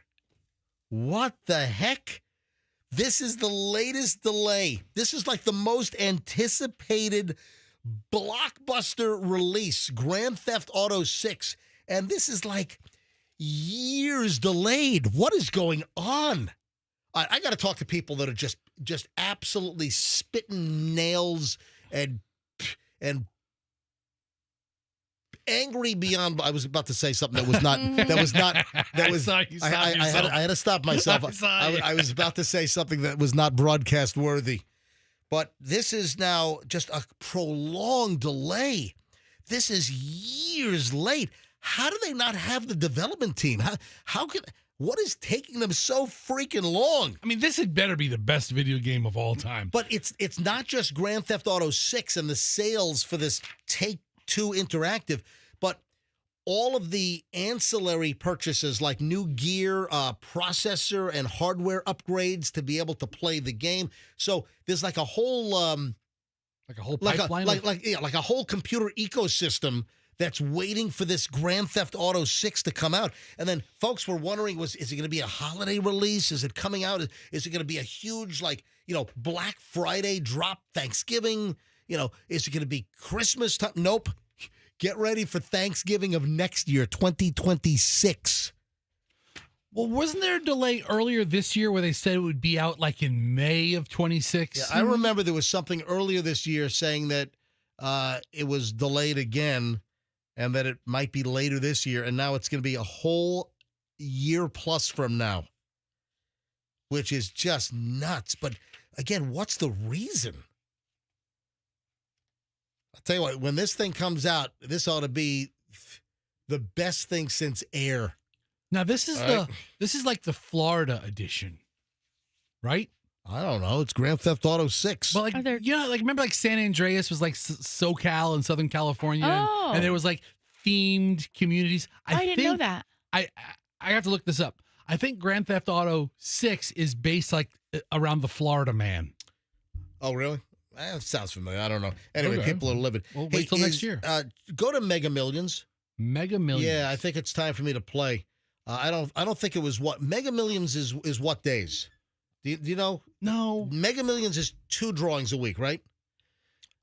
Tuesdays. yeah. And Tuesday and Friday. All right. So the next drawing's tonight. Mega Millions is now $843 million. Yeah, that snuck up on me. So I know. It's the way it goes. Because I usually start playing these unwinnable, lotteries once they go past like 6 or 650. And then suddenly I saw a story that the Mega Millions jackpot is approaching $850 million after the longest ever run without a winner. Yeah, the Mega Millions lottery prize is now $843 million. I guess for tonight's drawing, and this Friday, this will be which is today, will mark the 38th consecutive drawing since the last time there was a 6-number win, and that's the longest streak of no winners since the game began in 2002. Yeah, the previous record of 37 drawings without a winner, that was set on January 22nd, 2021, and then finally some jabroni in Michigan won a $1.05 billion jackpot. All right, so Michelle, remind me to pick up some Mega Millions. I'll drop $20. So the cash option. $391.7 million. Yeah, then Uncle Sam take 37% off of federal taxes. Maybe you walk away with about 2.5. Still, it'd make Michelle a little more affordable. According to Paul. According to Paul and Largo. Paul's like, hey, can you buy me a new couch? Maybe with three cushions. I've got 2 hair stories here. 2 hair stories. First of all, Michelle, do you know what are you doing over there? Are you told me to remind you about the thing, so I'm setting up a text for you for later. Remind me about what? To play the lottery. Oh, you're sending me a time text? Yes. All right. We got a lot of stuff to do today. Oh. Before I fly out. Okay, yeah. You've got to get your Botox. Am I driving you to Botox right after the show? If you'd like to. Okay. And then. You know what? What? Oh, I just thought of it. What? If you go with me, then Kate can do a consult for you and tell you what you need. I'm not having facial work done. Oh, yeah. No. There we go. You could use the Botox. So that's the thing. Michelle wants me to start doing. No, don't say I want. You use wrong words. You suggested it. I suggested that if you would like to take better care of your skin and your face, that you could see Kate and, come up with a plan. Yeah. I don't need Botox. No, you need Botox. I don't. Where do I need Botox? It's not a matter of whether you need it or not. If you'd like to. No, you're rubbing the wrong part. What? Your forehead Yeah. is like a topographical map of like the Badlands. No, it's not. Oh, look it up. Will you stop it? Look no, it no, up. it's not. Oh yeah, man. No, it's not. Look up the Badlands. You're like, oh my God, that's MJ's forehead. I'm not going in for a consult. I don't need facial work done. I don't need I didn't say Botox. you I don't did. need micro lasering. Mm. I don't need a penile enlargement. No, you don't. All right. I mean, come on. I mean, we try to push the truth, but we don't try to lie. I mean, come on. I mean, we try to stretch the truth. I've got 2 hair stories now. Okay. All right, What about the hair? But wait a sec. Andrew says I got to take a line. All Andrew, what line am I Which taking? one? All right, let me grab Nathan on line 3. Nathan, where are you calling from, Nathan? I'm calling from St. Pete. What's up, guys? Hey, Nathan. What can I do for you this morning? Well, I just want to rattle off 2 points. With GTA, I am pissed about it also because Tampa Bay is within the GTA map. It's all South Florida, so very excited about that. They got like Tropicana, they got all the spots, so that's very cool. Oh, well, hold on a sec. So Fester's right. So the next Grand Theft Auto 6, which has been delayed again, it won't be out until next Thanksgiving. So you're saying that Tropicana Field is going to be in? They're going to be local landmarks. Are going to be in the video game? It's the entire South Florida. So it's got the Tampa Bay, it's got Miami, it's got the Everglades, it's got all that stuff. So I would assume, Wow. They got Tampa Bay, like they got to have like the landmarks, which obviously. I wonder if the Sunshine Skyway's on there. I wonder if you can I wonder if you can do like donuts or something in the Burns parking lot on South Howard. But like nothing will be like named exactly the same. It'll be like, something similar. Like Okay. Yeah, like they'll call it Sunshine City or something, and not Tampa, because like they called it Liberty City and not New York City. So, Okay. anyways, I also want to talk. So, what's the deal with these like billboard ads about the Florida lottery, and it says it's good fun? What is that? Like, what do you mean it's good fun? he's right. It's a loser's bet. It's good lighting a $20 bill on fire. I guess. Yeah, it's that's like a serious issue. People are like, like wasting tons of money. I'm like, it's not good fun. At first, it's like a waste of money. But call it like it's a gamble you might win. I don't know. Have it. Listen, Nathan, somebody does eventually win, but the odds are so overwhelming that it will not be you. It will not be the me. Slogan say it could be you, Right? And not it's good fun. What is that?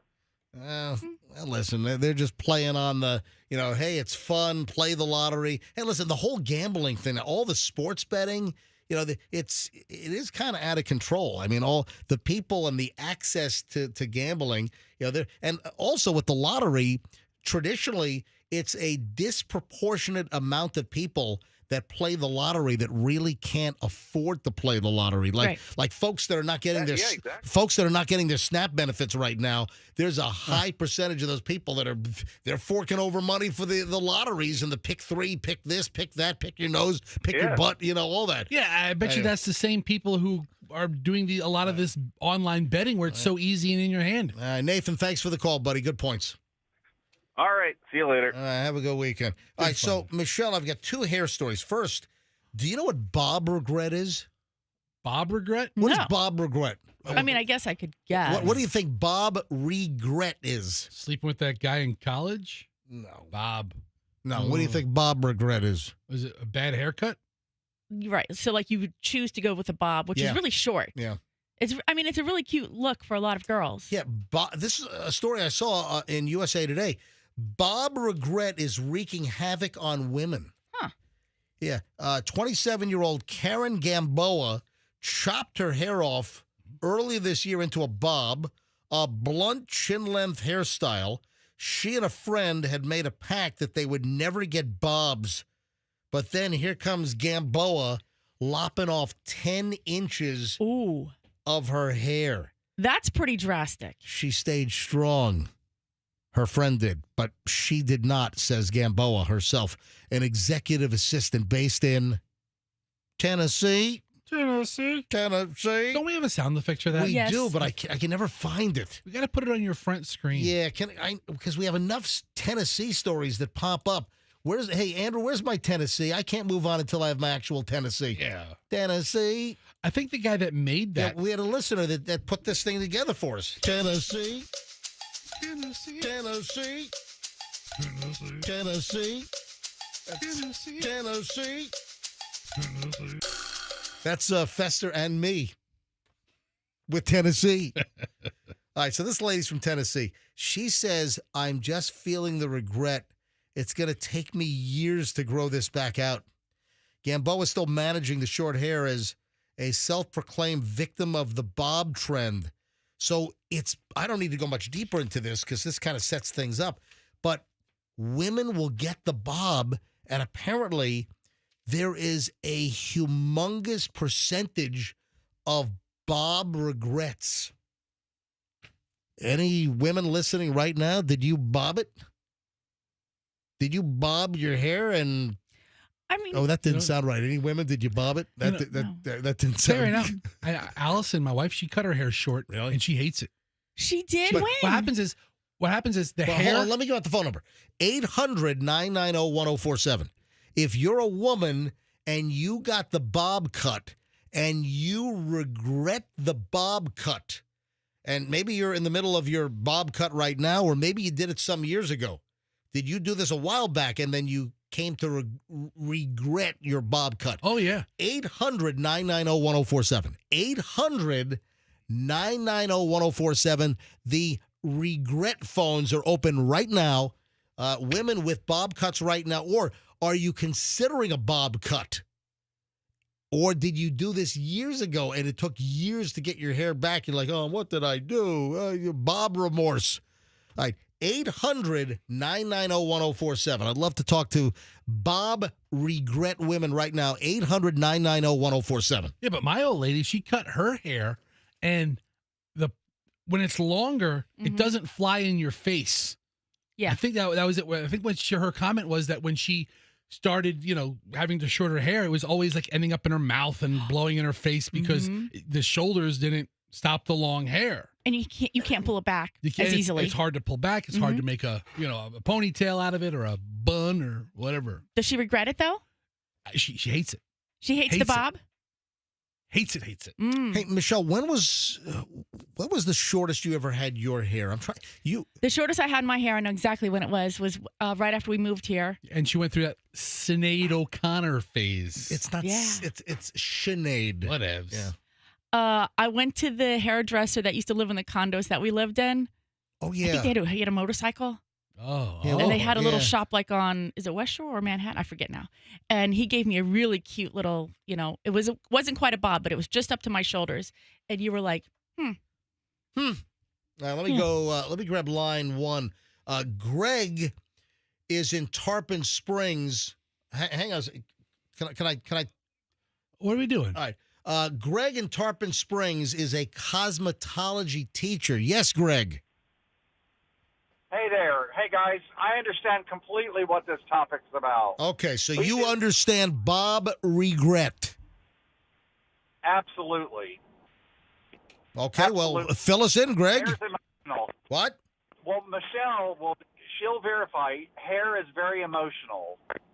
And so when ladies come in and they think, oh, that's really cute, they get a picture of a bob on the phone and they go, that's me, that's what I want. And then all of a sudden you tell them about it. And then, of course, the students are freaking out a little bit because they're seeing all that hair go on the floor. And then as soon as the lady sees the hair on the floor, she completely freaks out because it's like, oh, I wasn't expecting that. Can you put it back on? Because they're looking at a picture.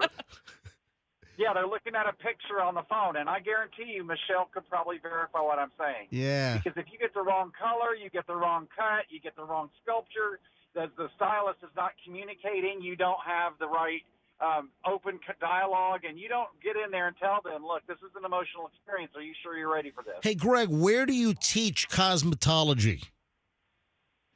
At Benet's Career Academy. Okay, so Greg, when you teach cosmetology to those that want to get into, the cosmetology, haircutting profession, the salon world, is there any instruction, or do you discuss as a cosmetologist to try to make sure that the client wants the bob, or is there any instruction on how to potentially talk a client out of the bob?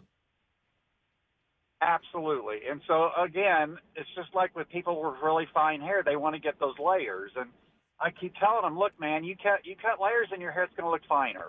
It's going to look thinner. And you got to be able to go through all of the pluses and minuses, because I'm telling you, these ladies come in with a picture on their phone, and that becomes them. And they're going to look at that picture and say, that's me. That's what I want. This is who I am. And it's like they're not thinking of what it's going to look like on their face. And the same applies to hair color, too. Right. Now, I'm telling you what, we get them all the time. And it's a bob regret. So when you cut it, you can't put it back on. Greg, have you ever heard the term bob regret before? I have. Yep. Okay. Look at this. Now, do you find I that have. that a I lot of have. customers come in and get a bob or something dramatic after like something emotional happens to them, or after a breakup or something? We do, and a lot of times things go emotional because, like I said, hair's very emotional. So if they've had a breakup and they want to get a refresh, I mean, there's a million styles the ladies can pick, but I'm going to tell you right now, the bob is usually the first go-to. And they're going, well, I don't know about short hair, but I'll tell you, that will make them very sassy. And so they feel kind of good for a day or two until their friends go, why did you cut all your hair off? I thought you loved long hair. And that becomes security. Sassy. And so a lot of times, like I said, you're going to have that. And I guarantee you, if you look at Michelle and ask her, she's probably seen some of those horror stories. Michelle? Absolutely. Yep. All right. Greg, fascinating call. How long you been in cosmetology, Greg? Well, I retired 2 years ago and decided to go back into the field, so about 44 years. Wow, that's a long time. Greg, thanks for calling. Linda in Lutz loves her bob. So, Linda in Lutz, you have no bob regret. Oh, great. Hello, Linda. Linda. She regrets calling the radio show. Linda, I regret taking line 2. Hey, MJ, how are you doing today? Wow. Linda, what do you have, narcolepsy? What's going on over there? What do you mean narcolepsy? No, because Linda, we came to and you weren't on the phone. What were you doing? Oh, because I have Spectrum Mobile and it disconnects when I'm in the car. So if we disconnect, that's why. But I'm sitting. I don't think that's Spectrum Mobile. I think that's just Bluetooth, right? It's Spectrum Mobile. Okay, believe me. It's Spectrum Mobile. Yeah. Well, It's as soon as I'm in my car, it disconnects. But anyway, yeah. I private message you a lot. This is Linda. Well, I don't want to say my last name. But Okay. anyway, I love my bob. I love it. It's not exactly a bob. I've had long hair all my life. I've had extensions, the whole 9 yards. It's a little below my chin, and it's layered. I can funk it up with spray and texturizers. There's so many kinds of product out there. Or I can smooth it out and make it straight and have it look a little more professional. But I love it. And I thought I was going to freak, but man, I'm so happy. And it's probably been about 8 months now. Look at that. It's the opposite of bob regret. Linda loves her bob. All right, Linda, thanks for listening. I love it. Love you guys. Have a good day. Love Bye-bye. you too. Thank you. Amy in Largo. Amy, and I haven't even gotten to the second hair story. And this is another, you got to hear the second hair story. It's about women's hair falling out and something that's very, very popular. Amy, Largo, you're on the MJ Morning Show. Hi. Hey, MJ. How are you kids doing today? We're doing great. Go ahead. Most definitely Bob regret. Wow. Definitely Bob regret. All right, so Amy, when did you last have a bob, or are you in the process of the bob right now? No, the first time I had one, I've had it twice in my life, and I'm like 62 right now. All right, so wait a minute. Why would you go, did you regret it the first time, and then why'd you go back for a second? Just ignorance. Ignorance. All right. Stupidity.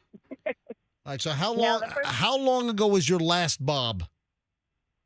I had one when I was, the last one, like maybe 10, 20 years ago. All right, well, that's a big span. That's a decade. Yeah. All right, so you'll never do it again, correct? Correct. All right. The one I did it when I was 18, and I was a bartender. Oh, wow. And I was bartending one night, and one of my customers looked at me. He came in, and he said, "Wow, you look like Carol Burnett." And I'm like, "Dude, I am 18 freaking years old. You just told me I look like a 55-year-old woman." Oh, I was so God. mad. Yeah, there you go. Amy, thanks for the call. All right, two more here, and then we got to move on to the other hair story, which this is an eye-opener. And I need to know if this really is happening. Dawn in Clearwater. Dawn, Bob haircuts, morning. Bob regret. Do you have it? Have you had it? Twice. What is going on with you? So you regretted it twice? Yeah, well, the first time I was a lot younger, probably 18 to 20, I think, and I got it done and I cried. Well, the hairdresser, he kept going, "How about this length? How about this length?" And he went shorter and shorter, and I stupidly agreed. So the next day, I cashed my bonds because I was young. I didn't have a lot of money. Right. Cashed my bonds and got a weave, like really long weave. Right. So. And then, Yeah. what? So did you end up looking like Mo from the Three Stooges or something? I don't know. It was freaking horrible. Oh, God. So why would you get a second time then? I don't know, because it was 20 years later and it was in style, and I'm like, oh, this looks cute on somebody I want to else. look like Uma Thurman. Did she have a bob in? I feel like she did. Yeah. Shorter In hair. Kill Bill, maybe? Yeah. No. In No. Pulp Fiction. In, Pulp Oh, yeah, Pulp Fiction. Pulp Yep. Fiction. All right, Dawn, thanks for the call. All right, last call on this. April is in Lakeland. April, MJ Morning Show. Bob haircut regret. Absolutely. Tell I us. just checked my driver's license. I got this picture of Lisa Rinna out of the magazine, Oh. and I was like, Lisa, wasn't she on like Melrose Place or something? Lisa Rinna? Yeah. well, she was on Days of Our Lives Oh. back then too, I Okay, think. all right. And And- didn't Lisa Rinna have a Lisa Retina problem as well? She did. She did, didn't she? Oh, maybe, I Detached. don't Yeah, I know. think something. She All had right, detached retina. so what? So no eye laser surgery coming either. That's a thing. But I cut my hair off, and it looked absolutely zero like the picture. Cried the whole way home. And then I had to go and get my driver's license picture taken, like, soon after. Oh, God, then you got to live with that forever. You know, the bottom line is people will see No, a not picture. forever. Next year it expires. Okay. So like 10 years? 2018 it was. Oh, yeah.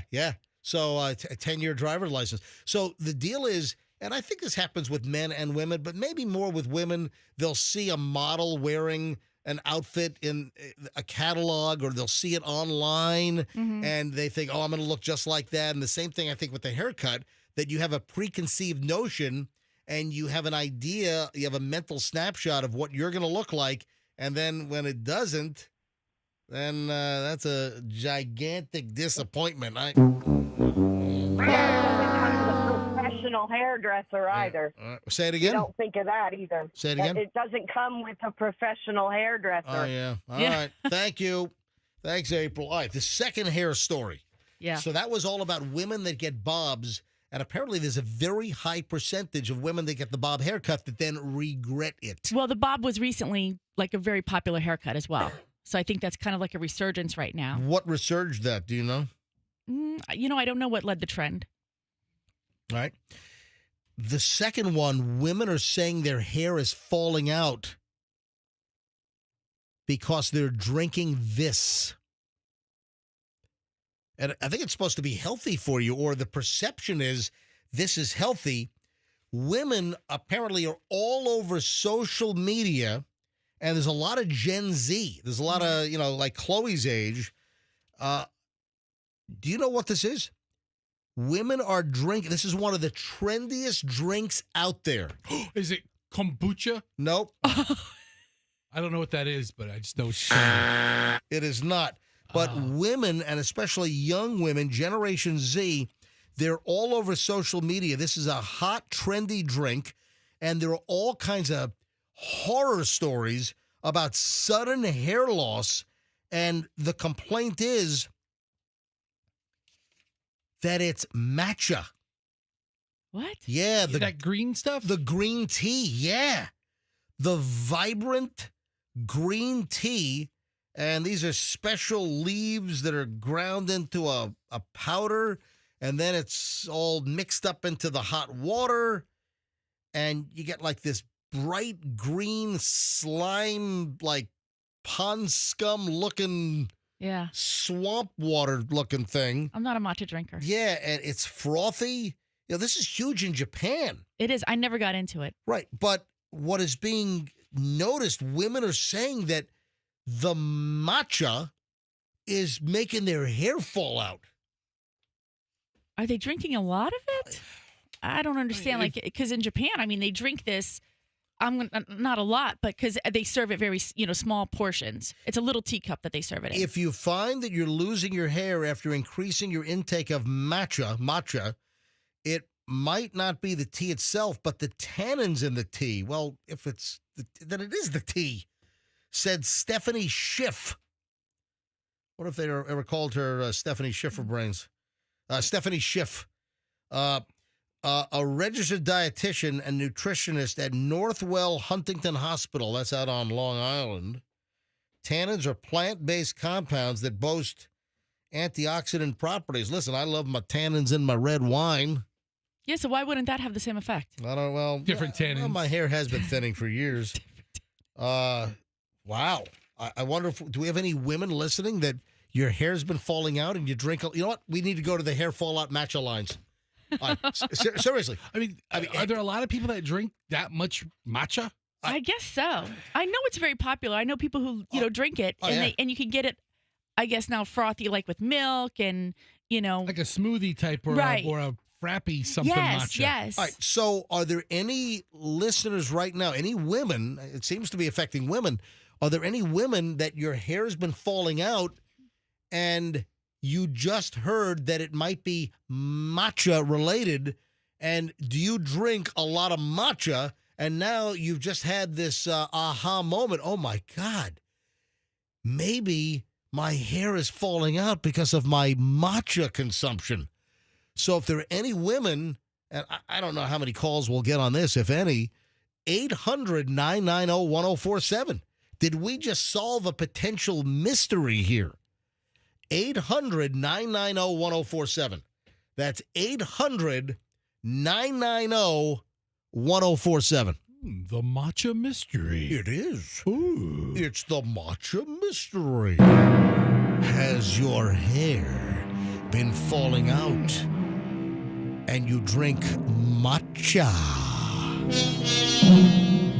Then call the MJ Morning Show hair loss matcha lines right now at 800-990-1047.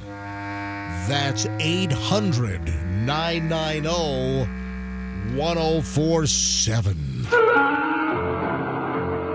Are you sure? What? Are you sure this isn't some kind of like propaganda piece put out by Starbucks to get people back to drinking coffee? No, because I think Starbucks sells matcha, don't they? I don't know. I think matcha's on the menu at Starbucks. Listen, I don't go to Starbucks. I don't drink coffee. That's number one. And, I know, but and I don't need a $12 cup of tea. I'll go, I'll go teabag myself at home. Yeah. I mean, unparalleled flexibility with the time of day you can drink your tea. Andrew's screening some calls. Let's see if we have any matcha hair loss calls. Oh, we got to try the cake. Michelle, Fester brought in, the pie. The pie. It's a pie. It's not a cake. The pie is in-house. If you were listening to yesterday's show, you might know what's about to occur. All right, hold on. Jessica's in Land O'Lakes. Hello, Jessica. Welcome to the MJ Morning Show. Hello, how are you? Yeah, we're a very hairy show today. Go ahead. Yeah. No, from what I know, because I have a whole hair issue as well, but when the tannins like matcha, coffee, tea, when you're drinking too much of it, it can prevent like your body from absorbing iron, and iron is super important for hair growth. Oh, interesting. Yeah, you know what? That is correct. That was further down the line in my story, which I just didn't. I didn't get to that, but no, that's true. So how can you protect your hair while enjoying matcha? If you think your if you think your iron levels may be low, don't drink matcha before, shortly after, or while eating plant sources that contain high iron, like spinach. Exactly. Yeah. Have you They say that have you enjoy had those drinks like have you had a hair loss issue? Has your hair fallen out because of matcha? not because of matcha. No, I just have Hashimoto's, a thyroid issue, but it is because of my iron absorption. My body does not like to absorb iron properly, so I have to. I usually drink. You're supposed to take vitamin C, like when you're eating meals like high in protein and iron. You should have vitamin C to help with iron absorption. So if you're drinking matcha and coffee and tea during those meals, it's preventing your body from absorbing the iron. Yeah, see, and that's the next part here. So this caller, Yeah. you know what you're talking about, because then it says that vitamin C markedly improves iron absorption. Look at this. You're in the, I've been dealing with my thyroid issue for years, so you're I've in the learned know. a lot. All right. Hey, thanks for listening to the program. I appreciate it. Yep. All right. Have a good day. Hey, do you guys know that Village People song? Yeah. Matcha, matcha man. Matcha man. I want to be a matcha man. You got to be a matcha. All right, Andrew says take line 2. One more call here. Hi, MJ Morning Show on 104.7 FM, Q105. To whom? Can you bring up my call screener? Jesus. No, I'm reading about iron deficiency. Yeah, thank God. Thank God in the new studio, the call screener is going to be fixed. Yeah, thank God. I need less responsibility around here. Michelle in St. Pete. Hello, Michelle's losing her hair. Oh, no. Michelle, hi. Welcome to the MJ Morning Show. Hello. So both of your stories fit my story. When I was younger, I got a bob, and all this time I've been trying to grow it out, and now that it's grown out, I'm losing my hair. And Let me ask you a question. Did you get your bob when you were up there in Michigan? I did. I got it to look like Tony Tennille, so that's how long ago I got it. All right, so you are from Michigan, is that correct? Originally, yeah. Yeah, see, I can tell. Just give me an accent, I'll tell you exactly where you're from. All right, so you got the bob, you regretted it. All right, then what about matcha? Are you losing? You got clumps of hair missing because of drinking matcha? Well, I thought it was due to age. I'm 60 now, and I thought, well, that's just a part of aging. But I do drink matcha every day. So when you said that, I was very alarmed, and I think I'm going to stop drinking the matcha now. There you go. Yeah, you thought you just had like Propecia or something. Exactly. Yeah, look at that. Listen, the MJ Morning Show is just a wealth of information every single day. Michelle, thanks for listening. And now, folks, we got to go to the pie. So the pie is in the house. I called a couple of $19.99. Yeah, I called a couple of plus tax places, and they all had them. So I picked one close to the you house. rounded up. Why'd you round up? I did. Hold on. Does Taco Bell ask you to round up? I don't know. I didn't deliberately round up. Yeah, it says some kind of round up, a 51-cent round up. All right, so I don't know. On yesterday's program, folks, we talked about. Did it come to $22.50? It was your total check was $22 even. Okay, because I went there and I said, "Hey, you got the pies?" And he goes, "Yeah, they're 20." I thought maybe he said $22.50, and he said they're $22. I'm like, "All right, I'll take one." And I didn't even get the option to round up or not. On yesterday's program, we talked about. I had not seen this. I first was aware of this the other day and brought this on the show yesterday.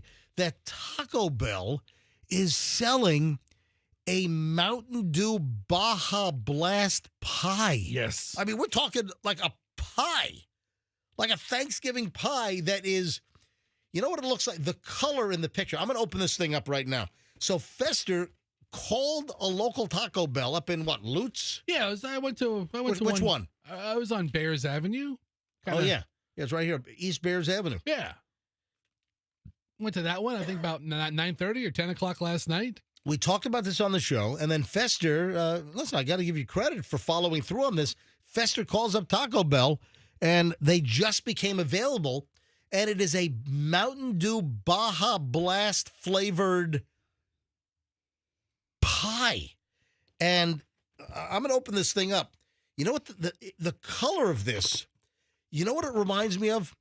When you have like 2,000 flushes, And Yes, I was just thinking the same thing. And when you're at like 1972 flushes, the blue starts to fade. Right. So that's what. Hang on. Is this seafoam? Yes, maybe a seafoam green. or a teal. I just pulled the tab. A green teal.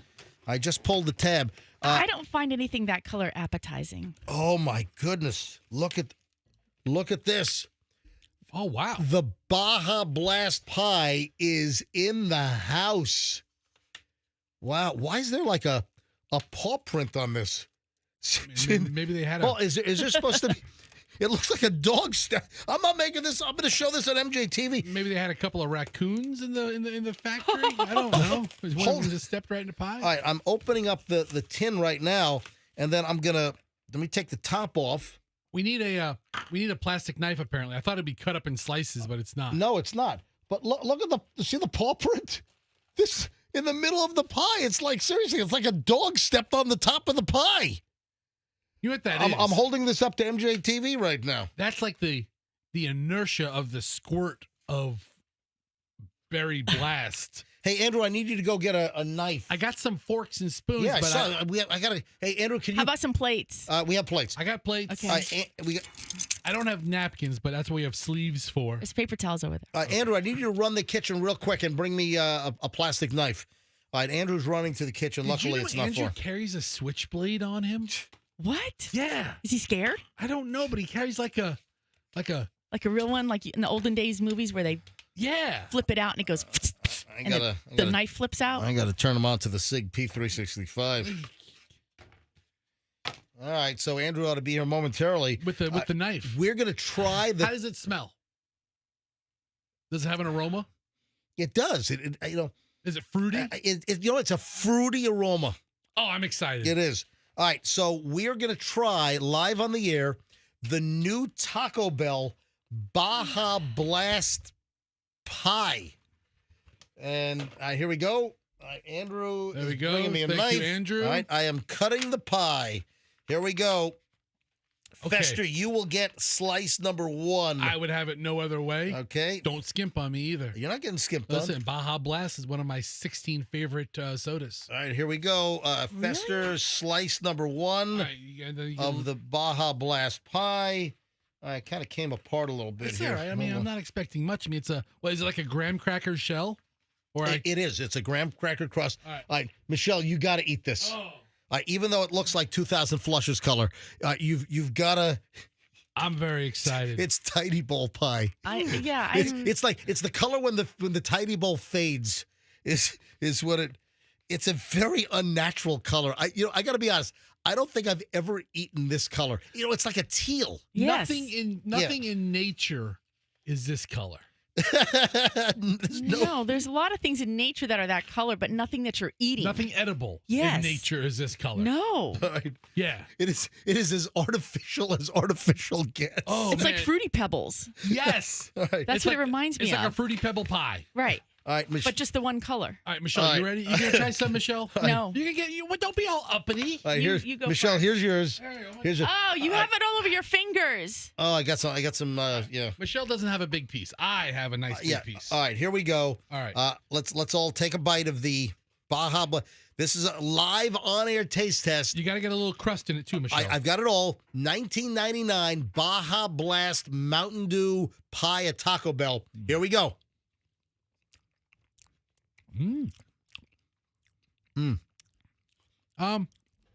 Okay. It's not bad. It's not great either, though. But it's You not know bad. what? It tastes like. Michelle, what's wrong? What are you getting up for? Hold on, Michelle. Where you?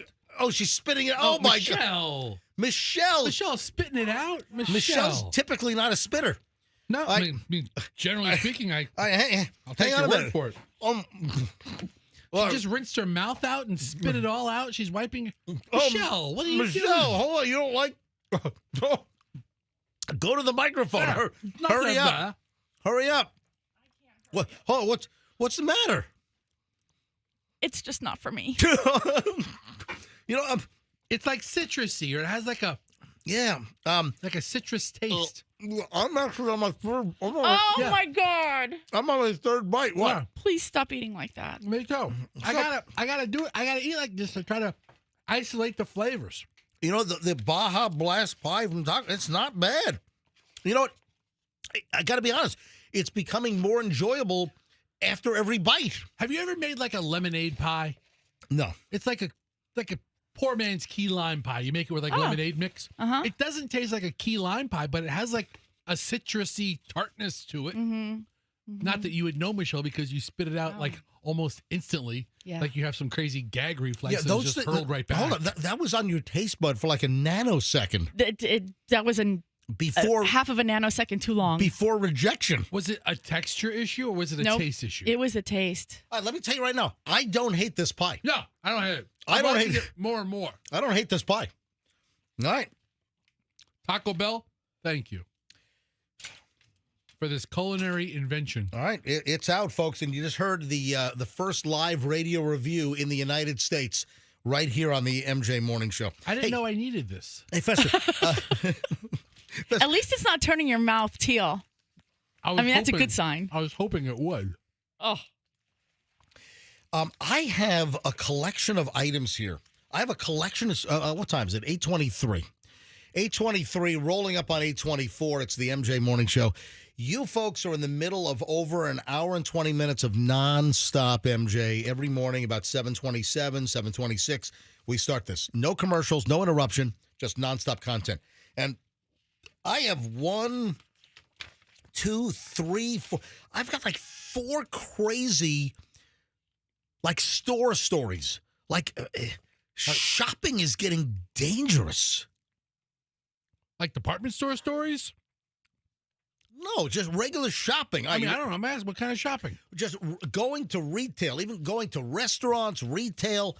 All right, first of all, I've got, all right, first one is Publix here in Florida. A 72-year-old man had to go to the bathroom so badly, he committed a violent felony to gain access to a stall. You kick it open and throw the person out? Authorities say the crime happened earlier this week at Publix on Northwest 2nd Avenue. This is in Miami's Overtown neighborhood. This is a Publix. An arrest report states that the victim was using the men's room stall just after 9 a.m. when Alfredo Brindis entered the restroom frantically and began to bang on the stall door, demanding that the person in there come out. Can we reenact that sound, Fester? Yeah, but you got to yell. You got to. I'm getting there. All right, go. Oye, I got to poop. I don't know what he sounds like. I'm just guessing. All right. So the report states the victim leaving the stall came face to face with Brindis, who was yelling at him to hurry and move out of the way. Where was the victim in the process of the activity? Well, that's a good question. The victim stated that he could not exit because Brindis was blocking his way, and he said to him, "Get out of my way." After that, Brindis presented a knife, waved it in front of the victim, telling him to move. The victim stated Brindis tried to cut him with the knife, and he used his large book bag to defend himself. The victim then went to Miami police. There was an officer, I guess, working security detail at the store. I mean, Overtown, Miami, it doesn't sound like it's too far out of bounds. You know what? There used to be a deputy at, like, most Publixes, and they stopped doing that. Like, here in the Tampa Bay area, I remember, like, back in the 90s and a good part of the 2000s. There was an off-duty officer around. It seemed like there was always an off-duty officer at the Publix. You're right. And a lot of times it was like a Hillsborough, at least in the Hillsborough County, it was like even in Tampa, it was like a Hillsborough County deputy that I seem to see working Publix detail. I don't see that anymore. But I guess in Overtown, Miami, they have Miami police working the store off duty. According to the report, the officer entered the bathroom, saw Brindis with a knife in his hand, ordered him to drop it. Brindis, according to police, told the officer that he really needed to use the restroom, and the victim did not move out of the way, so he took out the knife. Anyway, police arrested him on a charge of aggravated assault with a deadly weapon. My God, You're in a Publix. You just want to use the bathroom, and here comes some guy ordering you out of the stall at knife point. That goes against everything Publix stands for. Doesn't the sign say where pooping is a pleasure? Yeah, that's what you expect. It's Publix where pooping is a pleasure. Yeah, I don't want to get stabbed while I'm trying to, make a spill in aisle 2. Usually nice, clean bathrooms at Publix. Sure. All right, you ready for the next one? 18-year-old killed while kicking a shopping cart at Walmart. Oh, no. What is going on here? This is terrible. An 18-year-old was killed after he allegedly kicked another person's shopping cart. Delano Middleton, 48, was arrested and charged with murder in the fatal stabbing of 18-year-old J.T. Schrader during an altercation. This happened, let's see, I think this is Ohio. I believe, this is in Ohio where this happened. What, he kicked the cart into his car or something? Or police said Schrader died from his injuries. According to WJCL television, they reported that police said the confrontation began when a man was leaving the store with a shopping cart and Schrader kicked it as it passed by. Schrader's father told WJCL television that his son was never, ever confrontational unless he was confronted first. So the guy kicks, the 48-year-old guy kicks the shopping cart? Who kicked the cart? When a man was, Schrader kicked it. All right, so the 18-year-old kicked the shopping cart. And then the 48-year-old pushing the shopping cart came out and stabbed him? Killed him. Charged with murder. Altercation occurred. Kicked the cart. Schrader told, it doesn't say how he was killed. So the story is missing. He kicked the man's shopping cart. Yeah. Right. He wasn't kicking a random cart. There's a 48-year-old guy, Delano Middleton, walking out of the supermarket. Yeah. All right. The 18-year-old kicked the shopping cart.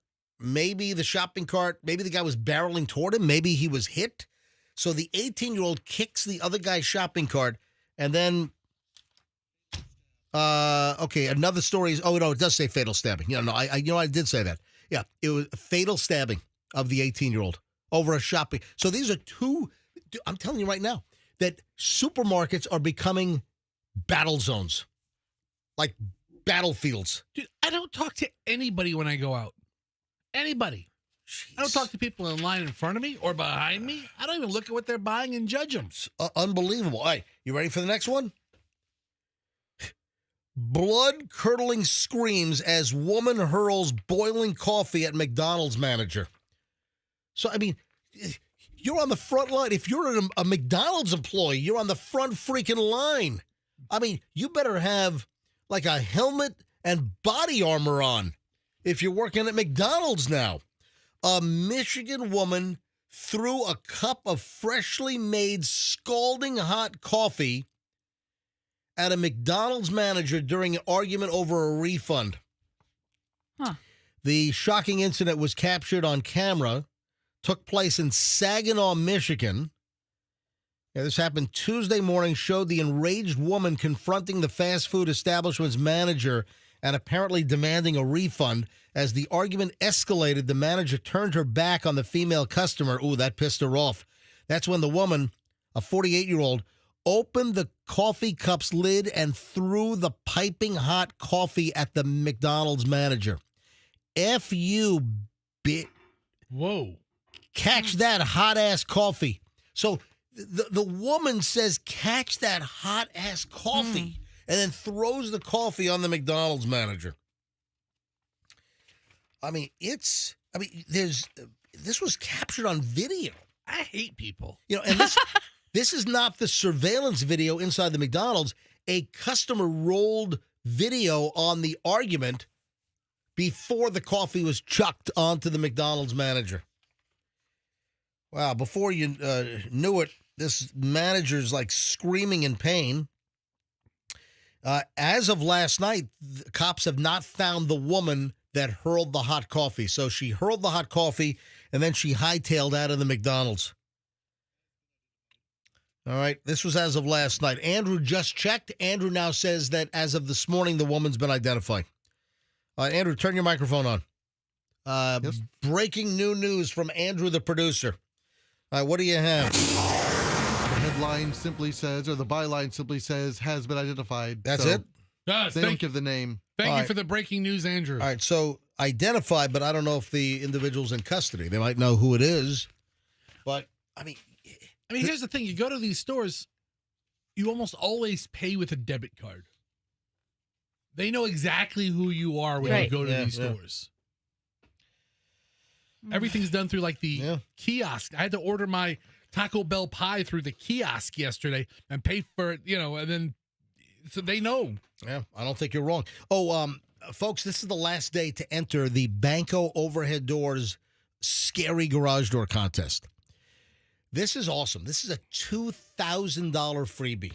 Would you like to win a brand new $2,000 garage door for your house? This is the last day to enter. Go to mjmorningshow.com. Scroll down to As Heard on the MJ Morning Show, and then find the Banco MJ Morning Show Scary Garage Door Contest.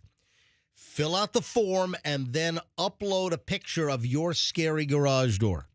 It might be dented, it might be peeling, it might just look old and dilapidated, whatever it is.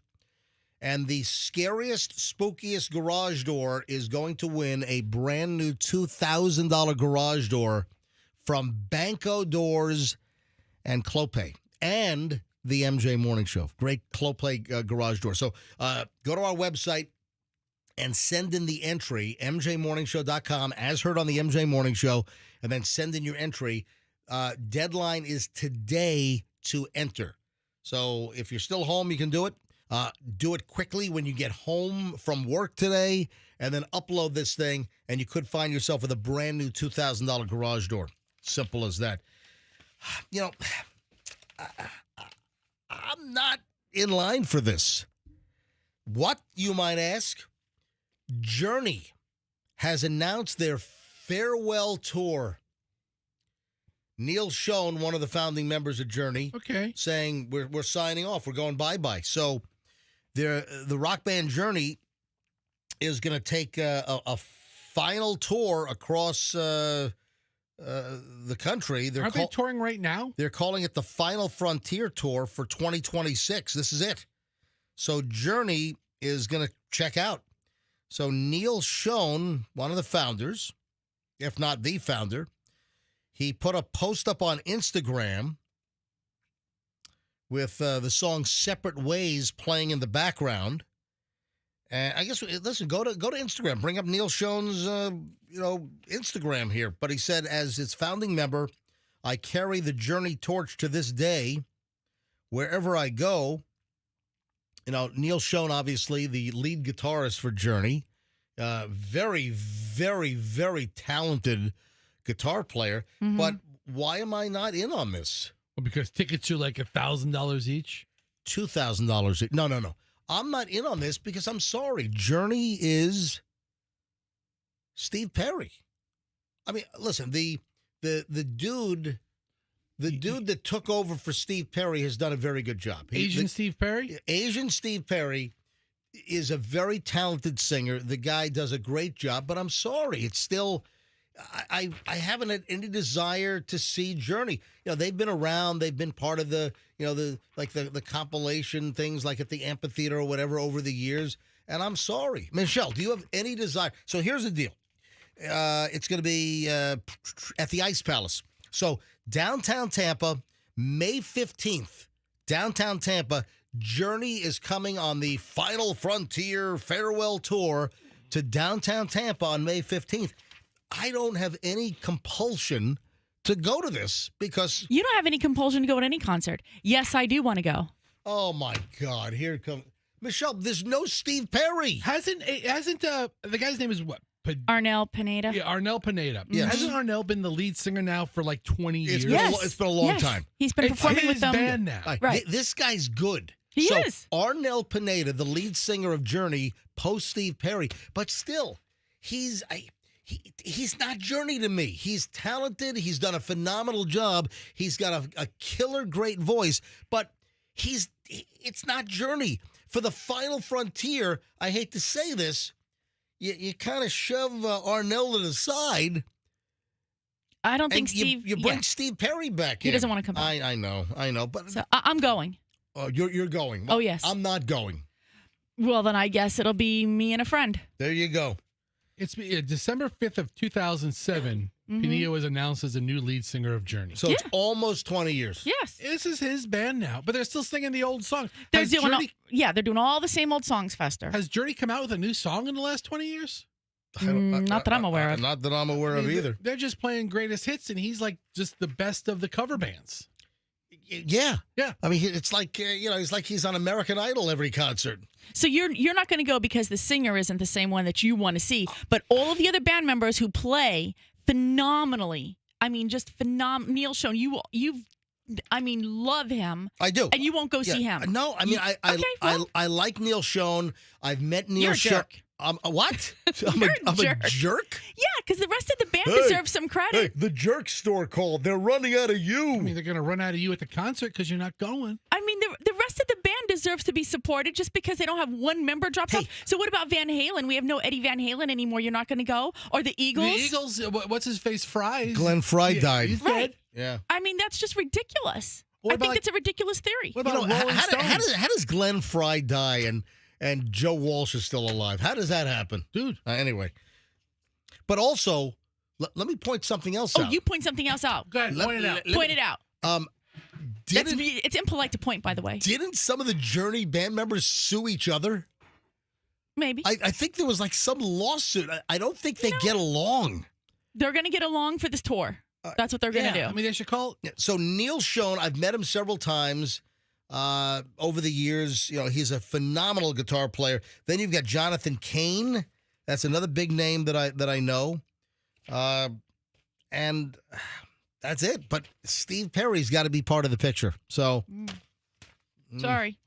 I'm not in on it. I'm just sorry. Hey, is the ESPN, Disney, ABC dispute with YouTube TV, has that been fixed yet, Fester? You're still without ABC and Disney and all that crap. You know what? Last night, I didn't check. I think it's still going on. Dude, can you imagine? I didn't watch the USF Bulls last night because it was on ESPN. Oh, I watched Thursday Night Football on Amazon. Oh, how did the Bulls do last night? The Bulls beat the hell out of University of Texas San Antonio, like 55-24. Oh, wow. Well, that's another good win. Yeah, but the ESPN thing and Disney and ABC deal goes on. Oh, you know what? You know what would suck? If in the middle of your Big Brother season, if they had a dispute with CBS. That's why I have Paramount Plus. Oh, okay. Oh, okay. Well, there you have it. Yeah, then after the show, people pointed out that you could watch like most of the Disney stuff on the Disney app, Disney Plus. A longevity doctor says get these 4 things out of your house immediately. Man, I've been a subscriber to this stuff for years. I don't need a longevity doctor to tell me to get this crap out of my house. Dude, I bet you I have all 4 in my house right now. I bet you're right.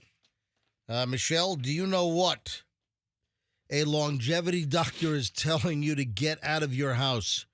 Get out. Do you know what? If this is a list that's like ultra processed foods. No. Okay, no. I'm out. All right. The first one is microwave popcorn bags. Oh, we just bought a new box of microwave popcorn. Yep. Hey, I'm sorry for the Cub Scouts selling all that popcorn now. But I feel bad for the Cub Scouts. The Boy Scouts and they just can't get anything to really match those Girl Scout cookies, you know? Nothing comes close. I mean, you figure after, millions of years of evolution that the Boy Scouts and the Cub Scouts could figure out something to rival the Girl Scout cookies. You know what? They just needed to. If you can't beat them, join them. They should have just done Boy Scout cookies. Seriously? Yeah, exactly. I'd have bought 2 boxes. Have boys selling cookies in skirts. That's what you do, right in front of Publix or Walmart. Yeah. So, excuse me. Can you talk for a minute? I mean, I don't know that boys selling cookies and skirts is necessarily a great idea. Right. Yeah. Wasn't that an issue with the Boy Scouts? I think that was a whole big to-do. All right. So the number one thing, microwave popcorn bags, longevity doctor says you got to remove these 4 common items from your home immediately, if not sooner, that they could be sabotaging your body from the inside out. All that delicious fake butter that it fries in the microwave. If you care about your hormones, your sleep, your long-term health, these things matter more than you think, said Dr. Shane Ketty, a wellness doctor. So microwave popcorn bags, he says this one surprises a lot of people because it feels like a better choice than chips. But those bags are actually lined with a chemical called PFAS. Mm-hmm. PFAS? No. Yeah, forever chemicals. PFAS, they don't break down naturally and can stick around in the environment for hundreds, even thousands of years. When your popcorn bag heats up, the chemicals leach into your popcorn and then end up in your body. In one study, researchers found that people who ate microwave popcorn every day for a year had PFAS levels up to 63% higher than average. Hold on. Yeah. They're no longer being sold in the United States as of 2024. Well, maybe who knows? According to AI, PFAS Yep. used to make microwave popcorn bags grease resistant are no longer being sold in the U.S. due to voluntary phase out by manufacturers. As of what, just months ago? As of 2024, so at least 10 months ago. Well, then this guy's saying get him out of the house. So maybe he's not up to speed that the popcorn bags have been. But what about people that have older popcorn lying around? Yes, let's heat up that microwave popcorn we've had for 6 years. Or wait a minute, what about all the microwave popcorn that people ate for decades with PFAS? Are you sure about that? AI says it's true. Well, I don't know. All right, here's number 2 on the list. Get this out of your house now. Michelle, you're going to really identify with this one. Scented candles. Oh, man, I love scented candles. Most people think that scented candles are harmless. However, when you burn them, they release chemicals like benzene, formaldehyde, things we know are toxic when inhaled over time. Benzene is a known carcinogen linked to leukemia and other blood cancers. When inhaled, it can also irritate your respiratory system. Formaldehyde, not much better. Exposure levels can irritate skin, eyes, nose, throat, maybe even be a risk to certain types of cancer. Studies show that burning scented candles contributes to poor indoor air quality. Increasing your exposure to these chemicals is bad for you, and people are burning these candles. You know, Chloe was burning a candle when we were up there to see her a couple of weekends ago in Connecticut, and I said, knock it off. I said, not only is it a fire hazard, but you're polluting your small. Her apartment is only what, like 690 square feet or something? Sure. She's got a 1-bedroom apartment, right? And she's burning this giant freaking candle. Right. I'm like, I opened up the sliding glass door and chucked it out of the 3rd floor balcony of her apartment. I think I hit a Volvo. Nothing illegal about that. No. Listen, getting rid of the chemicals from that scented candle, that takes precedent. That's priority right there. Oh, you know, going back to the microwave popcorn, you know what else has been over the years has been like a really, really deadly occupation? Finding landmines. No, working in a microwave popcorn factory. Really? Yes. They get popcorn lung. Didn't a guy? Whoa, Michelle, you're I don't believe you. You're snorting and chortling. Yes. All right, Michelle, right now, because Fester can't type worth a damn. Type in right now in your Google, Michelle, type in microwave popcorn lung workers factory.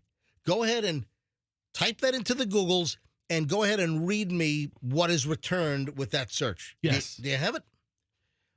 I'm telling you, it's microwave popcorn lung.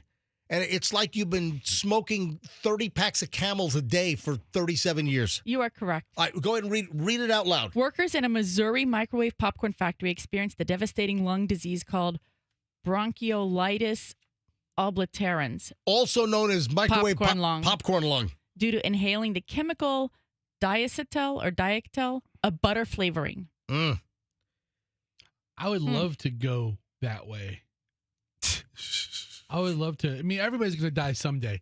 I would love to go With popcorn lung? knowing that my innards taste like butter. Buttery popcorn lung. Yeah, it's like the only appropriate death for me. All right, so microwave popcorn bags, at least the older PFAS type, scented candles, get those out of your house. Mm-hmm. Number 3, air fresheners. Mm.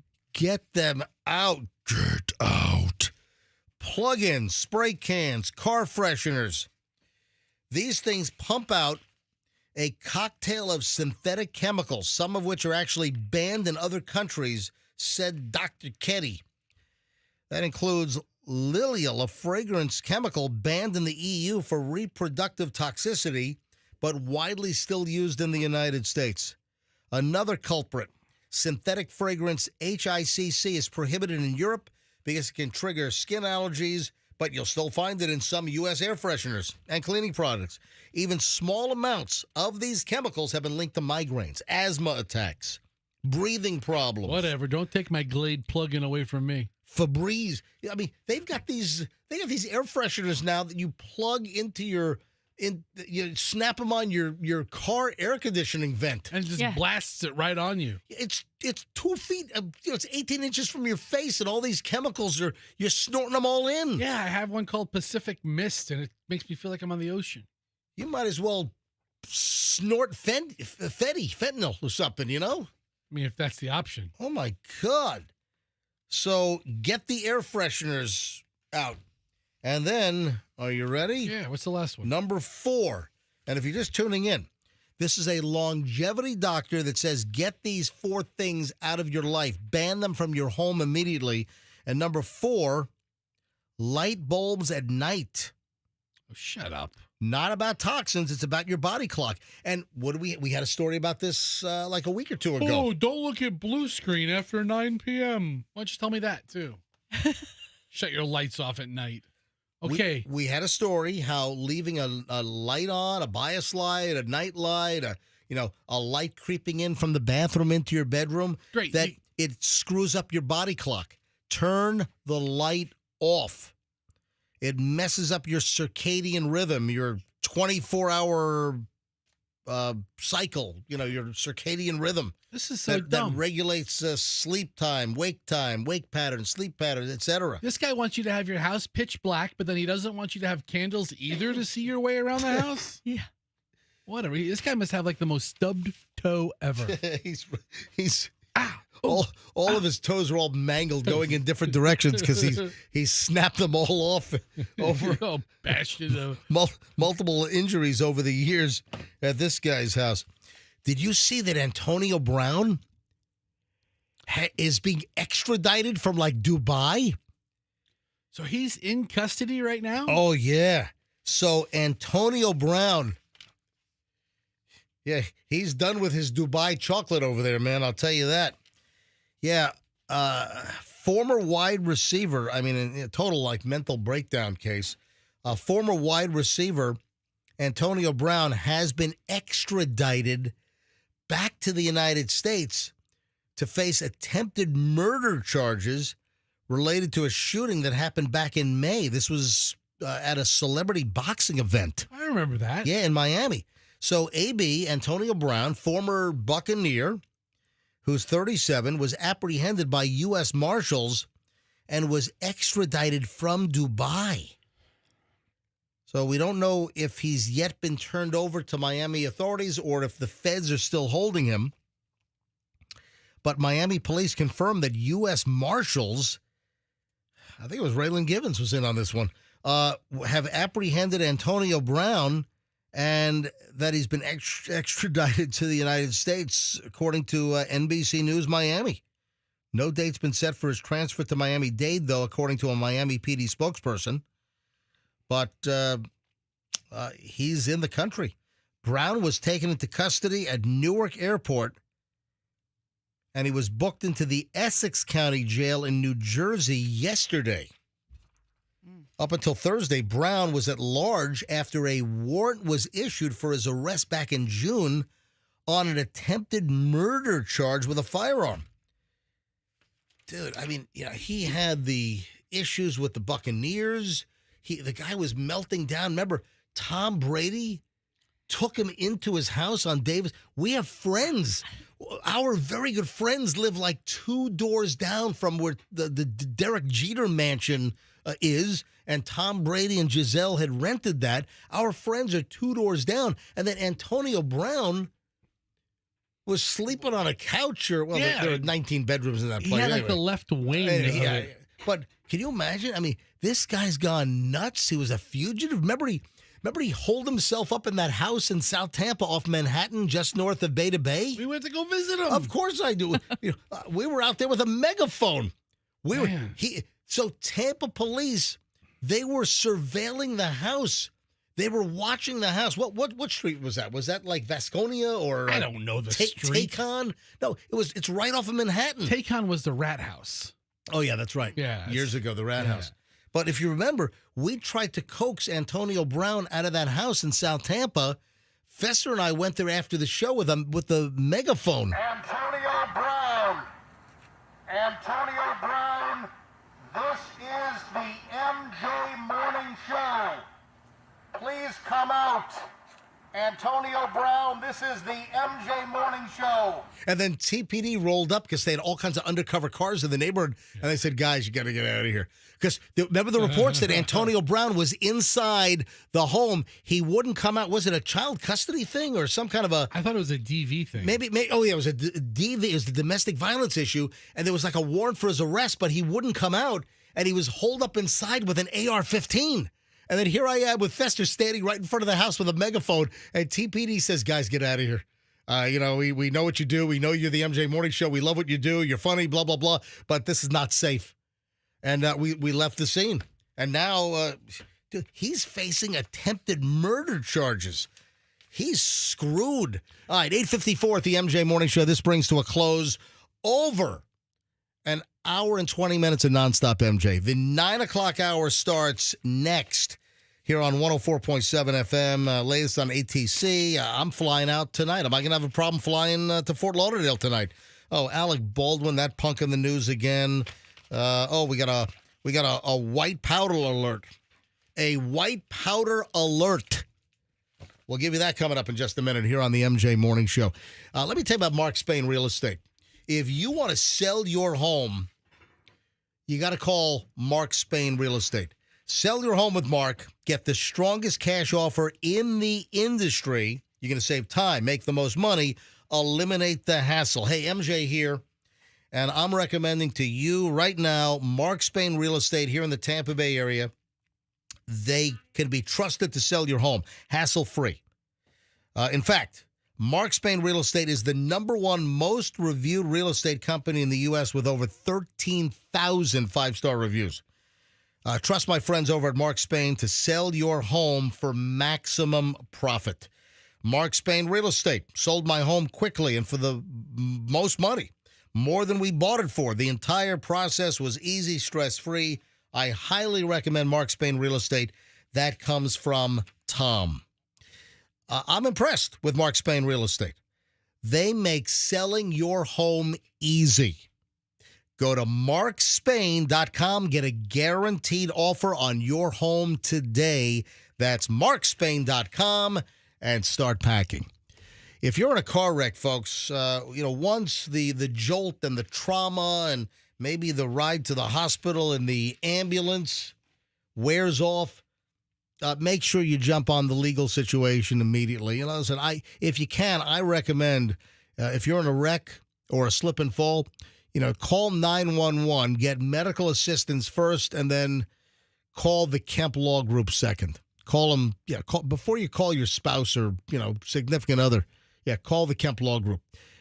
Immediately, they need to go to work preserving evidence. If you've got some careless klutz of a really distracted imbecile of a driver that rear ends you, folks, and ruins your car, your neck, your back's hurting, you're all achy, you got to get a law team on this right away to preserve evidence, to make sure you can recover the most possible, and that's going to be the Kemp Law Group. Accident or fall, you call Kemp Law, tell them MJ sent you. Traffic's on here, Shriner. We're back in a minute.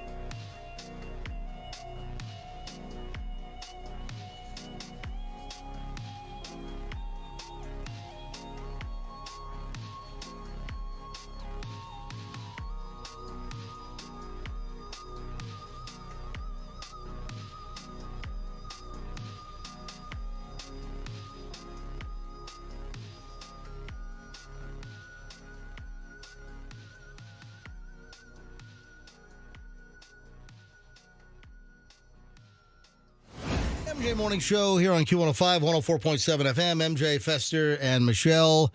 Did I say 9:02? Final hour. Here we go. It is Christmas time, folks. Or let me put it this way. It is now officially the holiday. This is my indicator. So it's not when you walk into Walmart or Target and the Christmas decorations are out in September, or Home Depot and they've got the Christmas crap out, in July. Yeah, as soon as the 4th of July is over, the Christmas trees go up. Yeah, no. No. This is my official indication that the holiday season has arrived. Do you know what that is? What, mall Santas are starting to appear? Nope. Oh. Nope. And if you were listening just a little while ago, you might have heard it.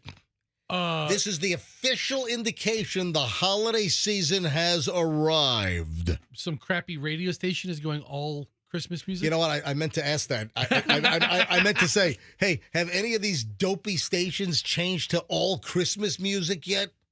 And it's like the battle. Who's going to change to all Christmas music first, No, that's not it. But a good guess. Michelle. I have no idea. Come on. This is what makes it official that the holiday season has arrived. Is it the Lexus December to Remember event? No, but you're getting close. Okay, all right. Okay. The big bows on the cars. Nope, it's not it. Nope. You're getting close, though. Butterball Turkey Hotline opens? Nope. Nope.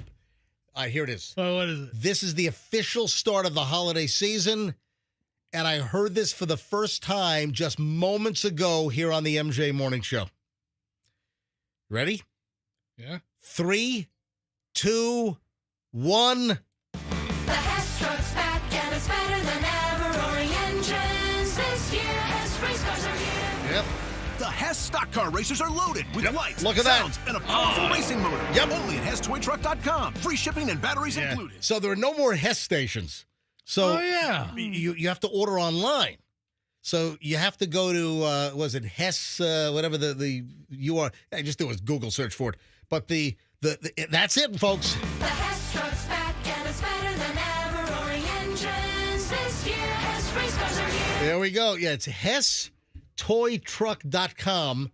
And this year it's not a truck. No, it's not a truck. They're two stock car racers. So those are the Hess toys. So it's two cars with lights and sounds and all kinds of stuff. And there are folks that take these Hess toys seriously. That have every single Hess truck going back to when they first came out, I think in the early 60s. It's a fun item to collect. Oh, it is. Listen, when I was growing up as a kid, we used to go to the Hess up in New York. Right. We had Hess stations all over the New York metropolitan area. Mm-hmm. And I remember sometimes I'd go and we'd, get gas and then, mom or dad would run into and buy the Hess truck. I used to send you with Julian. Oh, yeah. That's right. Julian had a bunch of Hess trucks over the years. But he played with them. He didn't. No. Oh, yeah. Did he collect them? I think they're destroyed. We used to have whatever's left over, I've got in a box. But there used to be a Hess gas station on Southdale, Maybury, and Euclid. Right. There used to be one right on the corner there. Oh, it's so fun when you're a kid to go to the gas station. Because you go into the gas station, but then you get the Hess truck. I mean, yeah, because you know why. The Hess truck's back and it's better than ever. Roaring engines this year. Yeah, roaring engines this year. Oh, that's what they're saying. Yeah, the Hess truck's back, and it's better than. Wait, what did you think they were saying, Fester? I can't even repeat it. Can you write it down? But I thought they were saying Oriental. What? Play it again. Please. Play it again. The Hess truck's back and it's better than ever. Roaring engines this year. Oh, Orientals this year? I was like, why are they making you know what? I will not be able to unhear that now. Orientals, which is that's kind of like a bunch of 8-year-old Chinese kids made these things, but it's not that far off. But, that's not culturally acceptable right now, and I was really taken aback. Probably not. All right, so I'm set to fly tonight. Michelle, can you find it in your busy schedule to drop me off at Tampa International? What time's the flight? My flight is 6:46. Now 2:46. I'll drop you off. Well, hey, you might not be far off. Right. I'm worried about that line. Well, here's the deal. I mean, I've really gotten this quick little jaunt to Fort Lauderdale down pat to go visit my ailing dad, and I've been able to like arrive, just like 20 minutes before the doors close, and I buy the cheapest Spirit airline ticket. If you were listening this morning, you heard the whole thing on the air. I bought a $48 ticket. I'm flying to Fort Lauderdale for 48 freaking bucks. I can't drive that. I can't. I mean, it'd be twice as much in gas with our guzzling M car, and which, by the way, I love. All right, and then the wear and tear, and on a Friday driving to Fort Lauderdale. Like, come on, it'd be 5 hours to get over there, and I can get on an airplane and wheels up to wheels down from Tampa to Fort Lauderdale. I can be there in as little as 35 minutes. The flight's 35 minutes to 42 minutes has been my typical time expenditure. And then like door to door, I'm there in like an hour and 45 minutes. I think that's the record. Literally leaving my South Tampa house, getting dropped off at Tampa International, landing at Fort Lauderdale, getting picked up by my brother or my mother or grabbing an Uber, and then to my mom's house in Fort Lauderdale. I've been there door to door in as quickly as like an hour and 48 minutes. And people are like, when I posted that last video on my Instagram of all the wheelchairs lined up. The Miracle Flight? Yeah, the Miracle Flight. And if you haven't seen this, folks, it's on my Instagram. 10 wheelchairs lined up on my last trip. 10 people got on the Spirit flight to Fort Lauderdale from Tampa in a wheelchair. Only 2 people needed the wheelchair to get off. Hallelujah. Hallelujah! They have been healed. You're closer to God in a plane. It is amazing. It's the Jetway Jesus. They have been healed. That's right. It is just absolutely incredible. Healed at 30,000 feet. It's amazing. It's a miracle. Oh, sweet Jesus. It's amazing. So the video is on my Instagram if you want to see this at Certified MJ Radio. That's Certified MJ Radio. But, it's incredible how quickly I can be there. But now I'm a little worried with the TSA. They haven't been paid. Now, when was the last time I flew? Oh, I met you in Connecticut. Yeah, just like 2 weeks ago. 2 weekends ago. Right. I walked up to, JetBlue is airside A. I walked up to TSA pre-check. There was nobody in line. I mean, literally zero. I walked through the TSA pre-check thing on the left side of airside A at security, and I walked right up to the guy who was sitting there just twiddling his thumbs. I was the first, no one else in line. But I'm a little concerned that later today, maybe the line's going to be all jamulated. As of this, you know what? What? That TSA should do a thing where you know how Disney and Universal have. Oh, you can do the line control so you can see like what the line is like. Yeah, that would be great if TSA did that, so you could see like at TIA. Airside A is a 45-minute line or a 2-minute line. Michelle, it is funny you just brought that up. I thought of that earlier, that Tampa International needs an app so you can look and see how long the security lines, whether it's regular security or if it's TSA pre-check at Tampa International, they need to have like a, just like you. Like, I mean, the technology already exists. All these amusement parks are using it, so they could just implement it. And, Andrew can go on his Disney app right now. Yep. Hey, Andrew, go onto your Disney app right now. I want to know how long the wait is at the Haunted Mansion. Turn your microphone on. Yeah, I mean, you could look up all that stuff. Look at this right now. At Disney in Orlando, or technically Lake Buena Vista. All right, tell me right now how long is the wait at the Haunted Mansion at 9:11 a.m. here on this Friday? I'm looking for it's a 13-minute standby wait. Look at this. Look at this, 13 minutes. That's not bad at all. How about Space Mountain? Space Mountain. What is the wait on Space Mountain right now? Tell me. I'm looking for it is 5 minutes. Only 5 minutes on Space Mountain. Park just opened. Now's the time to go. All right. Dumbo. How long is the line at Dumbo? There's no 5 line. minutes. 5 minute wait. How about the teacups right next door to Dumbo, right? Not too far. Mad Tea Party, 5 minutes. 5 minute wait. That's got to be the minimum. Right. So what is the longest wait in the Magic Kingdom these days? Right now, Tron Light Cycle Run is 35 minutes. 35-minute Tron Light Cycle Run. That's what everybody. The Jingle Cruise also 35. The Jingle Cruise? Yeah, they dress it up for the holidays. Oh, it's not the Jungle Cruise? I mean, It's the Jingle Cruise now. the nerds call it the Jingle Cruise. And the mine train is 30 minutes, but Gotcha. those will go up quickly in the next half hour. All right. How about Uncle Toad's Wild Ride or whatever? You wish. Mr. Toad's Wild Ride. Is that they took that out, right? Yeah. What That about one- the Leagues Under the Sea ride? No, they took the sub. That's gone. The 10,000 Leagues Under the Sea. Oh, 20,000 leagues. 20,000. I'm sorry, Close. 20 is close. 20,000 leagues, half off. All right. So what about It's a Small World After All? It's a Small World. So if they have this technology at Disney, why can't they put this in at Tampa International Airport to tell us how long the security lines are? Because private business runs better than government agencies. What about Small World? What is 5 minutes? Yeah, 5 minutes has got to be the minimum. And while we're speaking about Tampa International, why don't they have Clear? I'm a Clear member. I get it free with my American Express card. Why don't they have Clear at Tampa International? What does Tampa International have against Clear? Come on, we need Clear. A lot. We need Clear at Tampa International. All right, so I'm flying out today, and the concern is that hundreds of additional air traffic controllers could start quitting today because, again, this is this their, second paycheck now? Yesterday the last will be zero? No, they're not getting paid. I mean, come on, end this freaking government shutdown.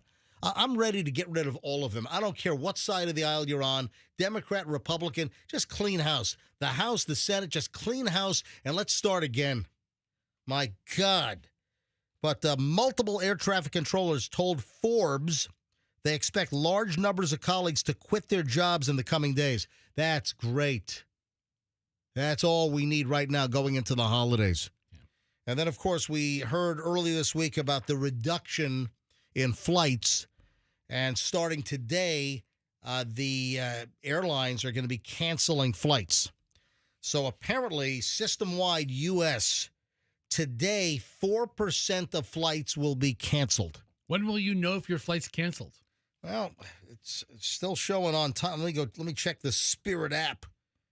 Let me catch the Spirit. I mean, this isn't a lot of time to make arrangements for folks who are on those canceled flights. It says I'm on time. My 6:45 flight on Spirit is on time. We'll see. What am I? I'm on an Airbus 321, so I'm on the larger of the Spirit Airbuses tonight.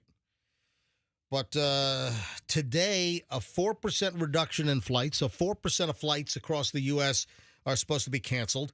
And this is going to escalate to 10% by next Thursday. So 4% of flights canceled today, 5% tomorrow, Saturday, 6% on Sunday. I got to fly back on Sunday morning. So hopefully my flight from Fort Lauderdale back to Tampa on Sunday is not going to be canceled. 7% of flights are going to be canceled on Monday. 8% of flights in the U.S. will be canceled on Tuesday. 9% of flights canceled Wednesday. And then we max out next Thursday with 10% of regularly scheduled flights set to be canceled. It's a pain in the neck.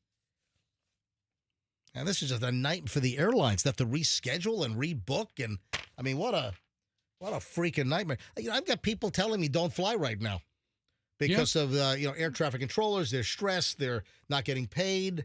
You know, there's a belief that some people say, hey, don't fly. Well, also, under that stress, are they doing a less efficient job?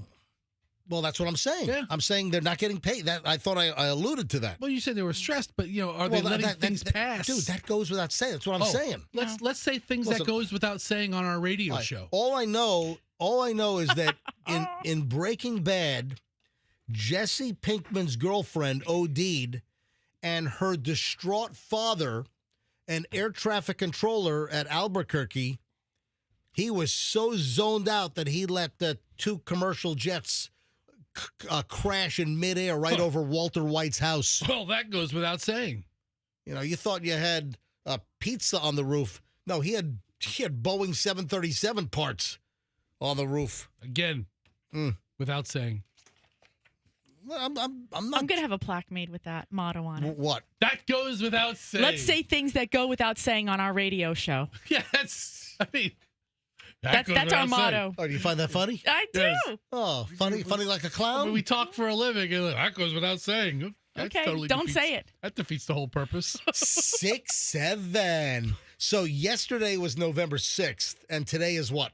November 7th. 6-7. Yeah. Did you see what Pizza Hut did yesterday and now today? What'd they do? In honor of November 6 and 7, they're selling 6-7 wings. 67-cent wings available at Pizza Hut today and tomorrow. Okay, well, I'm sorry. Yesterday and today. Domino's. Yeah, don't go on the 8th. Yeah, Domino's, you can do a large carry-out one-topping pizza for $6.70. Yeah, you just use code 67 at checkout, and it's good till like the 16th of the month. I guess all kinds of companies are doing the 6-7 thing. You said Domino's. I guess what's going on at at In-N-Out Burger, which we don't have those here. They're not this far east. But In-N-Out Burger, they're not doing a special pricing thing, but crowds are waiting for them to call out number 6-7. Call out order number 6-7, and then the crowds go wild. You got like 50 people holding up their phones, recording the In-N-Out Burger person saying, "Yes, order number 6-7." I've seen a couple of those videos online, and that's actually pretty funny. All right, that's what floats your boat. It's funny. It's that goes without saying. That's it's all just fun. Why you are like fun averse? I'm not fun averse. Yes. You've been married to me for 31 years. I'm fun averse. Like in this context, you are. Oh, You're like, whatever. Michelle, it goes without saying. Hey, let me ask you a It really question. does. All right, listen, shifting gears. Oh, is this a 6-7 from In-N-Out Burger? It's one of the many TikTok videos. All right, go ahead, roll it from the beginning. Here we go. Make sure I've got audio from the beginning. Let's go. Hit it to right there. Here we go. All right, and...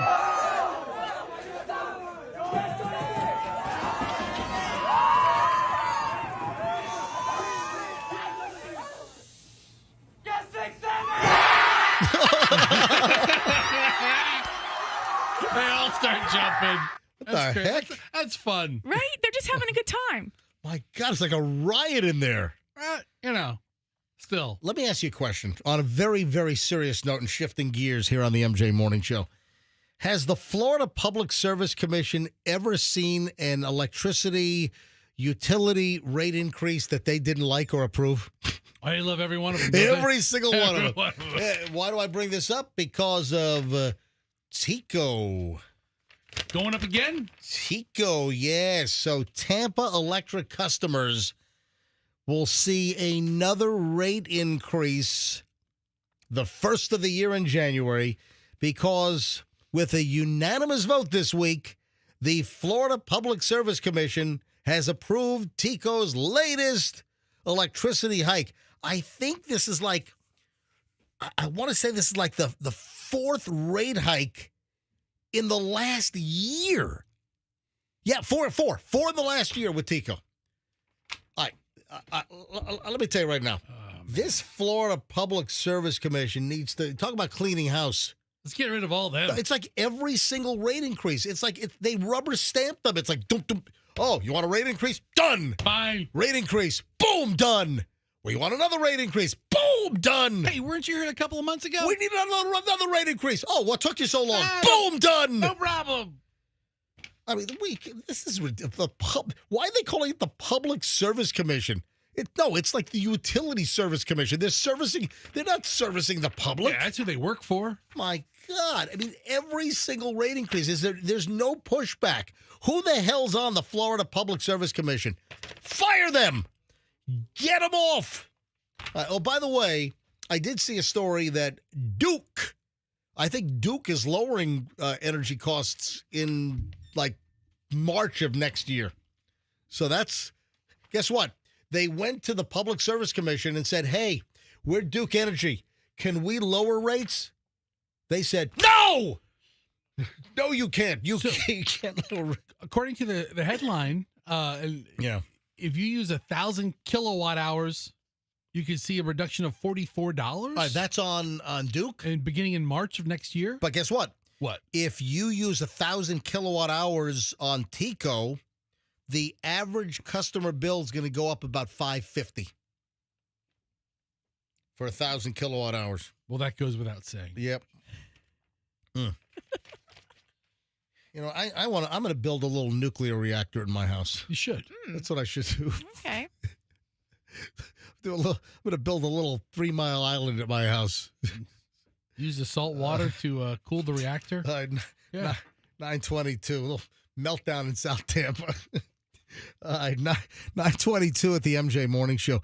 When we return, it's the final segment, final chunk of the MJ Morning Show. Oh, Glenn Close not happy with the whole Kim Kardashian deal. I'll get to that in a second. Oh, a Michael Jackson update. Like what? All these years later? Yep. Alec Baldwin, that dolt in the news. A white powder alert. Do you know where this white powder... Do you know what a white powder alert is anyway, folks? Oh, you said powder. White powder alert. Oh, I thought you said power. And I'm like, okay, I don't want to touch this. No, it's a white powder alert. I thought you like white power alert. Dude, I'm like, whatever, dude. You're on an island on that one. No, there's a white powder alert. Okay. I didn't say power. I thought you said power last segment. Yeah, I was go on. All right, 9:23 at the that MJ. goes without saying. All right, 9:23. The MJ Morning Show returns with our final segment on a Friday, and you don't want to miss this next. Here on 104.7 FM, Q105. Hey, let me tell you about my friends over at Plan B Air Conditioning. Call them up. They'll answer the phone, and you say, hey, I listened to the MJ Morning Show. My air conditioning is broken. I need a guy here in 30 seconds. Boom. Now, okay, they won't be there in 30 seconds, but they'll get there quickly. If you need a reputable, great air conditioning company, folks, you want Plan B Air Conditioning. 813 Plan B AC. We're in Florida. We rely on air conditioning. I think we're supposed to have a high temp of like 82 or 84 today. I mean, today, and then next week, we're going to have the cold snap. So you might need your AC today, and then next week, you might need your heat. And if that stuff's not working, if that's busted, folks, ever have a problem with the air conditioning, you call the reputable folks at Plan B Air Conditioning.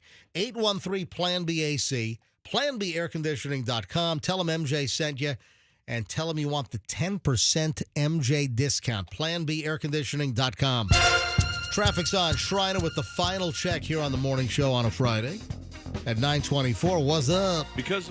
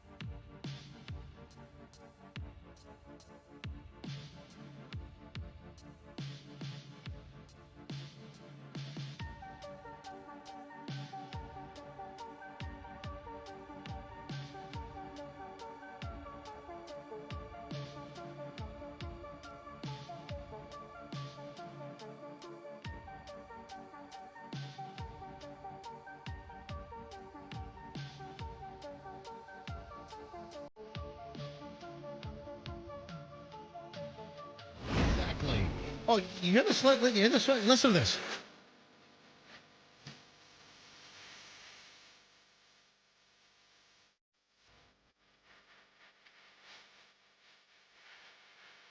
You hear that little musical break? That's Daryl Hall's Dream Time that I've always liked, and I use that as bumper music. So that little do-do-do-do. I swear that if you're in Japan, if you're in Tokyo, and if you're on the Green Line, the Yamanote line, I swear that at every Tokyo station, they play a little song.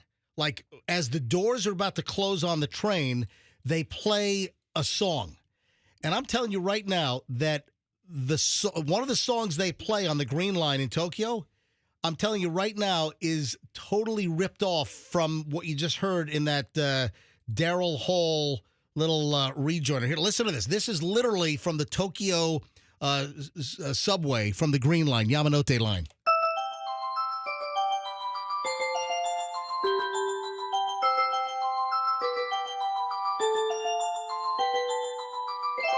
It's exactly the same as what we just heard in Dreamtime by Daryl Hall. I think somebody took some creative license and borrowed that. So, or vice versa. Just a weird, obscure crap here on the MJ Morning Show. Daryl Hall's in Japan, and he's like, I like that jingle. That's what made us Nielsen rated #1 back in October. Just last month, the MJ Morning Show #1 again. By playing Japanese subway music? Absolutely. That goes The without, best of. That goes without saying. That's it right there, baby. Where else can you get that? Hey, I have one wish as we head into the weekend. I just have one request from you, the MJ Morning Show listener. And I'm not just asking for this for no payoff. I mean, I pay it off. I'm just looking for one new follower today on Instagram. Yeah. Just one. Please. Just one. I need Sally Struthers to do a commercial for me. Is she still alive? She is. She's bloated. But she's still alive. I gotta see what she looks like now. All right. So if I could just get one new Instagram follower right now, Certified MJ Radio. That's Certified MJ Radio. My wish as we close out the week is just to get one new Instagram follower right now. So if you could find it in your heart to give me a follow, Certified MJ Radio. That's Certified MJ Radio on Instagram. Just one new follower. And speaking of my Instagram, I told you I pay this stuff off. Did you see the video of my dogs freaking out in the pool in my backyard? Did you see this, Fester? Yeah, with the busted up. Yeah. So tile? We had some damage. Tampa Bay was like 2 feet over my pool, so the pool deck had water underneath. Anyway, the stuff was coming up. We're finally redoing the pool. I found a great pool company. Longtime listeners, very happy with these folks. PNR Pools. The letter PNR. PNR. In fact, Big Scary Ron's hired them now. Oh, yeah? Yeah, Big Scary Ron. He must be making a fortune here. He's getting a whole new pool put in. I'm gonna go pee in his pool. So, PNR, my shell's good, but we literally have demoed the whole thing. The whole pool deck has been, ripped out. All the tile ripped out of my pool. I mean, everything. So we're redoing everything. We're redoing the whole pool deck, the coping into the pool, the whole resurfacing, all new tile work. So this week they did all the demo work and ripped everything out. And our dogs, our 2 Jack Russell Terriers, they spend an inordinate amount of time outside. And obviously we've had to keep them in during a good portion of this. But when they leave for the day, I let the dogs out. Who let the dogs out? I did. You did. I did. Absolutely. And the dogs are freaking out. I shot a video and they're like looking in the pool like, what is going on? Where is the water? You can like read their minds. They're trying to it is the cutest freaking video. And it's on my Instagram right now, Certified MJ Radio. That's Certified MJ Radio. And the dogs are confused. I shot 2 videos. So the first one is the one I went with, and the dogs are like on the side of the pool. They're both next to each other. There was another video where Scout actually went down the steps into the emptied out dry pool. And Michelle, you didn't like that one as much as the other one, though. No, I didn't like that. All right. If you want to see this video, go to Certified MJ Radio and take a look at the cute as hell video of our 2 little Jack Russell Terriers trying to figure out what's happened to the pool. Where did the water go? All right, so Certified MJ Radio. And if I can get you, oh, look, I didn't get a follower yet. Not yet. I just asked for 1 new follower. And no one's followed me. We need to have like a follower. Okay, I'm lying. There are about 100 new follows. We need to have like a follow, like a tote board, and have like special acts come in, like the Jerry Lewis thing he did for the kids who. What was that? MJ's kids. Yeah. MJ's kids. And your kids are all followers. Andrew, you find that funny? MJ's kids. They'll get you drunk in a tuxedo, all tired out. Let's check the tote board. I'll get all pilled up. Yeah. Because I think wasn't he drunk and pilled up? I think he was. Yeah. I hope he was. Jerry Lewis, rest in peace. That goes without saying. Right. All right. So, yeah, if I can just get 1 new follower, Certified MJ Radio. That's Certified MJ Radio. Take a look at the dog thing. Take a look at all my videos. I got a ton of good videos on there. That goes without saying. All right. You being a wise ass? No, I mean, you having a ton of great videos goes without saying. What was the Mary Kay commentary earlier this week? Why did Mary Kay come up? Because you saw a pink car, Rolls Royce SUV, and then we sort of said, is it a Mary Kay? Like, is it a new thing for Mary Kay? Thank you. So earlier this week, I saw a pink, like a purpley pink, like iridescent Rolls Royce SUV on Southwest Shore in South Tampa. And I'm like, oh my God. Money can't buy taste, man. I'll tell you that. It was hideous. Like, what the heck is this? And then that devolved into pink cars and the old Mary Kay Cosmetics deal, where if you were like a top Mary Kay saleswoman, they used to give you like a pink Cadillac. Right. If you're like a top salesperson. Right. Well, guess what? I got an email from Tim. Tim, I heard you talking about the Mary Kay cars the other day and mentioning their cars. This car just happened to pull up next to me today. Tim in Palmetto. And he sends me a picture of a Mary Kay Chevy Equinox. So they've gone from Caddies to Chevy Equinoxes? I mean, I think they have different. It's not even pink. It's like black or dark blue. Okay. And then it's got different levels. Well, I think so if you sell 10 tubes of lipstick, you get one car. If you sell 25, you get a different one. I think if you have like a family, a Cadillac sedan may not be the best vehicle for you. Right. So they might have other style of vehicles. I just think of the pink Cadillac in Goodfellas, where was it pink? I think it was. Was it a pink caddy? I think it might have been. Hey, don't worry, it's in my mother-in-law's name. Yeah, bring it. I told you not to buy anything. I told everyone to lay low. Don't buy anything. Get this fur coat off. And scene. Just a little Goodfellas reenactment here on the MJ Morning Show. That was a pink Cadillac, wasn't it? It was the Cadillac in Goodfellas that Henry Hill drove was a silver one. No. I'm metallic brown. Dude, I'm talking about the right there. It's right there. Yeah, it's a pink Cadillac. It was underneath one of the L trains or something. Yeah, right there. Yeah, there's a pink Cadillac that they were found. That's where the dead bodies were. Yeah, the 2 kids found them, whacked in the pink caddy in Goodfellas. But Mary Kay, now apparently it's Chevy Equinoxes. Oh, here's another picture. Here's a Mary Kay Geo Metro. Oh, that's for like a really low level. The lowest level of the top tier gets the Geo Metro. That's if you sold 2 eyeshadows during the entire year. You get the Mary Kay. We got a war going on, folks. We got a problem. Do you know what the MPAA is? MPAA. Yeah, what's the you know what? I think it's just MPA now. But it used to be MPAA. Oh, they're angry at Facebook. They're angry at Instagram and Meta And Facebook, oh, they're pissed. What is it, like a parents group or something? No, come on. What is it? It used to be MPAA. I think I know what it is. The now Motion Picture Association? Yes.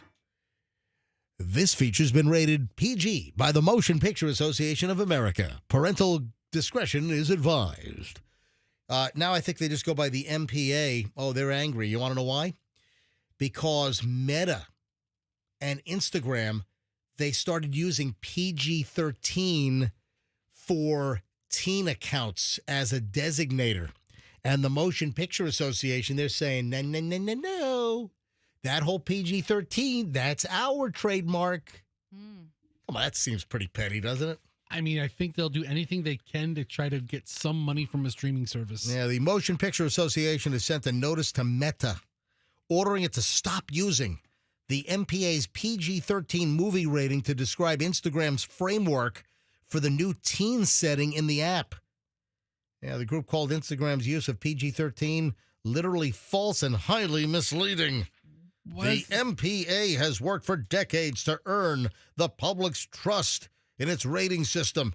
The MPA said in a cease and desist letter sent to the Meta folks, Mark Zuckerberg on October 28th, any dissatisfaction with Meta's automated classification will inevitably cause the public to question the integrity of the Motion Picture Association's rating system. I don't know why Meta wouldn't want to just invent their own. Yeah, how about that? Like a 13 and under. It is That's the rating. trademarked. Okay, they may have a point then. So that's, if they let them use it, then anybody else can start using it. So. RR13. Rugrat 13. I'd be really confusing in the marketplace, though. But, that goes without saying. So the movie ratings, it's G, general audience. Yes. Then PG, and it was only PG for a while, but then remember they came up with PG-13 when I was a teenager, if I'm not mistaken. Well, they needed it. There was such a big gap between PG and R. Right. So then you've got after G, PG, PG-13, parental guidance for viewers under the age of 13, and then R, and then you have what's after R, Fester? Let's see if you know. Is it NC-17? NC-17. Yeah, and then rated X. So no children under 17. Yeah, but when has there been an X? I know there's been a few NC-17s. I'm trying. What was the last NC-17? Like, has there been a recent wide release NC-17? I can't think of it. Yeah, Laura Does Lakeland. That was an NC-17. Laura Does Lakeland. There's a spinoff of Debbie and Dallas. Oh, yeah? All right, speaking of entertainment, Glenn Close is now firing back over the harsh critic reviews of All's Fair, this new program where Ryan Murphy put together Kim Kardashian, Naomi Watts, Sarah Paulson, Niecy Nash, Teyana Taylor, and unbelievably, this new program, All's Fair, had originally a 0% critics rating on Rotten Tomatoes. That means nothing, dude. Where is it now? Can you look it up, Andrew? Because it was 0. It went to 6. And Andrew says it's now back down to 5. So they went from 0, the critics rating, they shot up to 6. And then they pulled back now. Now they're back at 5. And Glenn Close has responded to these terrible reviews. She says, "I kill all you bitches." No, she essentially she did. Yeah. I got your sucky reviews right here. Yeah. You know where? Yeah. Glenn Close. Yeah, she's not happy with this. Yeah, so she's going on the attack. What is she saying? It goes without saying. Yeah, go ahead, Michelle. You read it. No. She drew a piece of art. Yeah. She sketched it. Right. With a boiling pot of water. I'm going to hold this up to MJTV right now. Is that a rabbit in a pot? Yes. Right. She drew a sketch of a boiling rabbit? Critic bunny stew. You know what that's from, right? Yeah, of course. It's Fatal Attraction. Yeah. So I'm going to hold this up to MJTV. She drew, this is her response. All's fair. And then she drew the whole cast here. And then right here is a saucepan with a bunny inside. So she's cooking up the bunny critics do. Critics do. Listen. Yeah. I mean, I would think that Glenn is proud-ish of this work, you know? Mhm. I mean, she doesn't need to be doing this job, but she wouldn't take it unless she really liked it. And Michelle's like, hey, we really need to watch this. You know, it's content for the show. And if you're going to talk about it having a 0 rating, you really need to watch it. But what if you like it and what if you watch it and love it? No, there's no way. Well, listen, Kim Kardashian is just a repellent for me on, all levels. You just got to put that out of your mind when you're watching it. How much does Kim Kardashian appear in this thing? Do we know? Well, she's one of, there's like 6 main characters. I think she's one of them. I don't know. I'm looking at the ratings. It has a 3.5 on Google reviews. Some people are giving it a 1, which skews it, but a lot of people are legitimately giving it a 5. I don't go to Google reviews for my TV and movie ratings. No, you go to Rotten Tomatoes where all the critics are grumpy old men. I don't think many people use Rotten Tomatoes anymore. So the critic score is at 5%, but the viewer score on Rotten Tomatoes is 66%. Yeah, that's fair. All's fair. We have a new Michael Jackson story all these years later. 2 siblings who claimed that they were abused by Jacko now say the singer forced them to hide from his lawyer. Hiding here. Yeah. Don't say anything when my lawyer comes by. Members of Michael Jackson's so-called second family, who have allegedly threatened to go public with claims of abuse by him, claim in new documents that when they were kids, the singer forced them to hide so his lawyer would not know they were staying with him. Well, remember, Michael Jackson allegedly, there was like an electric eye, a sensor, in the hallway outside of his bedroom. So where he had all the sleepovers and all the kids that were like sleeping in Michael Jackson's bed, allegedly, there was a sensor in the hallway that if anyone started to come down the hall, it triggered an alarm inside the bedroom that would alert Michael that maybe somebody's coming and, hey, kids, quick, hide. And here are the kids claiming that they used to have to hide from Michael Jackson's lawyer. So Jacko's lawyer didn't know that the kids were inside. Thomas Mesereau is coming. What? Wasn't his attorney was Thomas Mesereau. That was his attorney's name, his defense attorney. Thomas Mesereau. He was a guy with like the shaggy white hair. Yes. Don't look Thomas Mesereau in the eye. In court declarations seen by the New York Post, Frank Cascio, 44, and his siblings Marie Nicole Port, 37, and Aldo Cascio, 34, also accused the late superstar's estate of coercion, deception, and betrayal in trying to quiet their claims. Aldo and Port referred to their siblings and themselves as having experienced similar abuse without detailing what the abuse was. Are they still trying to cash in all these years later? Yeah, I think that's just kind of an ongoing thing. I think these folks have... the estate has money because there have been numerous stories, and we've talked about this, that Michael Jackson is... He's one of the most valued rich dead people ever. Like Elvis makes a lot of money from being dead. So the sentence I'm the royalties. What I'm spitting out is Michael Jackson is making more dead now than he did when he was alive, like in the latter years. That goes without saying. Yep. So these kids, well, they're not kids. They're they're 30s now, and one is in the 40s. Where they're still trying to get their hands on Michael Jackson money. Where's any evidence of this? I mean, Yeah, when you watch that HBO documentary with those 2 guys, and they have the same or very similar stories, but the thing is then you discover that they've been talking to each other for a while about it. So then you're like, okay, so are your memories now sort of, mixed up with the other person's memories, and also it's sort of like undermined their claim. Commingled and having false memories or whatever. We started to watch that. We did, but then it got repetitious. And they were just saying the same thing over and over over again. Was that during COVID? I think so. So, the Michael Jackson HBO deal, I think it was, 2 episodes? Right. We watched the first one. We watched the first one and we were done. It's like, we're out. We said we don't even want to watch the second one. Yeah. Yeah. Alec Baldwin. You ready for Alec Baldwin's next crusade? Alec Baldwin is now bashing Radio City's live animal nativity scene in new activist ads. as he goes after the Radio City Christmas Spectacular. Oh, come on. Yeah, I mean, hey, dude, you shot a woman cinematographer.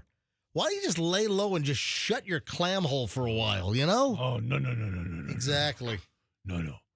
Live animals should be out in the prairie where I could shoot them, not on stage. I mean, really? So, will this guy just lay low? I mean, you got off easy on shooting. What was her name? Hutchins. Yeah. Elena. Elena Hutchinson? What was it? Was it Elena Hutchinson? No, you're close. Yeah. It's no big deal. We don't even remember her name. Listen, we owe her. Please look up her name. We owe her that. I mean, the poor woman left a husband behind and a little kid behind. We get it. Alec Baldwin shot her in the head or what? Helena Hutchins. Yeah, Helena Hutchins. No. And now Alec Baldwin is making noise because he doesn't like live animals used in the nativity scene. Here, listen to this. Roll it, Fester. Oh, crap, I can't. What do you mean you can't? I can't. I clicked the wrong link. Well, then click the right link. I don't know how to do it. I'm not logged into my account. Never Really? mind. Yeah. Oh, well. Dude, it was just queued up. I know. I don't know. It was off of a Facebook video. I got to find it again. I guess can you try and find it? I'm trying. Yeah, he shot a video. He also shot a camera woman. That's not all I shot. I shoot a lot of stuff. Yeah, so he doesn't think that he says the animals are not actors or props. No. Yeah. Do you have the video? Not yet. Come on, dude. How long does it take to find the freaking video? Quite a while. Stop talking like Alec Baldwin. All right, this is off of... I thought you had it all queued Hi, up I'm right. Alec Here we go. Baldwin. Did you know that camels, sheep, and donkeys are still being used in Radio City's Christmas Spectacular, subjecting them to transport, confinement in a basement for months, and the stressful lights and sounds of a stage production? Animals are not actors or props. It's time for a change. This year, please join me in calling for a cruelty-free Christmas show. Hi, this is MJ. Did you know that Alec Baldwin shot a cinematographer to death? Oh. I'm calling for a cruelty-free movie set. Yeah, let's have that. You know, that's a great idea. I'm looking for a death-free moving set. That? You know what? That goes without saying. Hey, Alec, the goats and the camels all survive. They go back to their pen in the zoo, Alec. Helena Hutchins did not. I mean, dude, read the room, would you please? No. White powder alert. We got to wrap things up here. Here on a Friday. White powder alert. So when we mention a white powder alert, you know what it is. We've talked about this on the show. Typically, it's what? Bags of cocaine. No, it's if somebody spreads ashes of their loved one at Disney World. Oh, yeah. Yeah, this is a big deal. There are such Disney fanatics that when they die, they want their ashes spread at the Magic Kingdom at Disney. And if a cast member at Disney sees someone spreading ashes, they get on the radio and they're like, white powder alert, white powder. I mean, this is a big deal. This is a huge deal. They even have a sound at Disney. They've got a sound that goes off when there's a white powder alert. Would you like to hear the sound? Yeah. Yeah, hang on a second. I think I've got to hear here. This is what happens at Disney. It sounds like... Right. White powder alert, white powder alert, white powder alert, white powder alert. That's it right there. So this is not a Disney white powder alert. This is a Dallas Cowboys white powder alert. A man wearing a Dallas Cowboys jersey spread ashes into the end zone. How did he get on the field? Well, I think he dangled over the side. Yeah. So they had a white powder alert. I thought it might have been Jerry Jones. I mean, he's getting close to that, isn't he? Getting ready. that team's gonna kill him. You know what? The Dallas Cowboys sucking so bad and paying. Oh, look, the guy's on the field. He's actually on the field. He rubbed it into the helmet. Oh, there he is. Oh, yeah. I see the video. Oh, wow. We got to roll, folks. Folks, have a great weekend. Follow my Instagram on my air travel to see if I have any issues or problems. And we'll see you back here Monday on the MJ Morning Show on Q105. And let's be careful out there.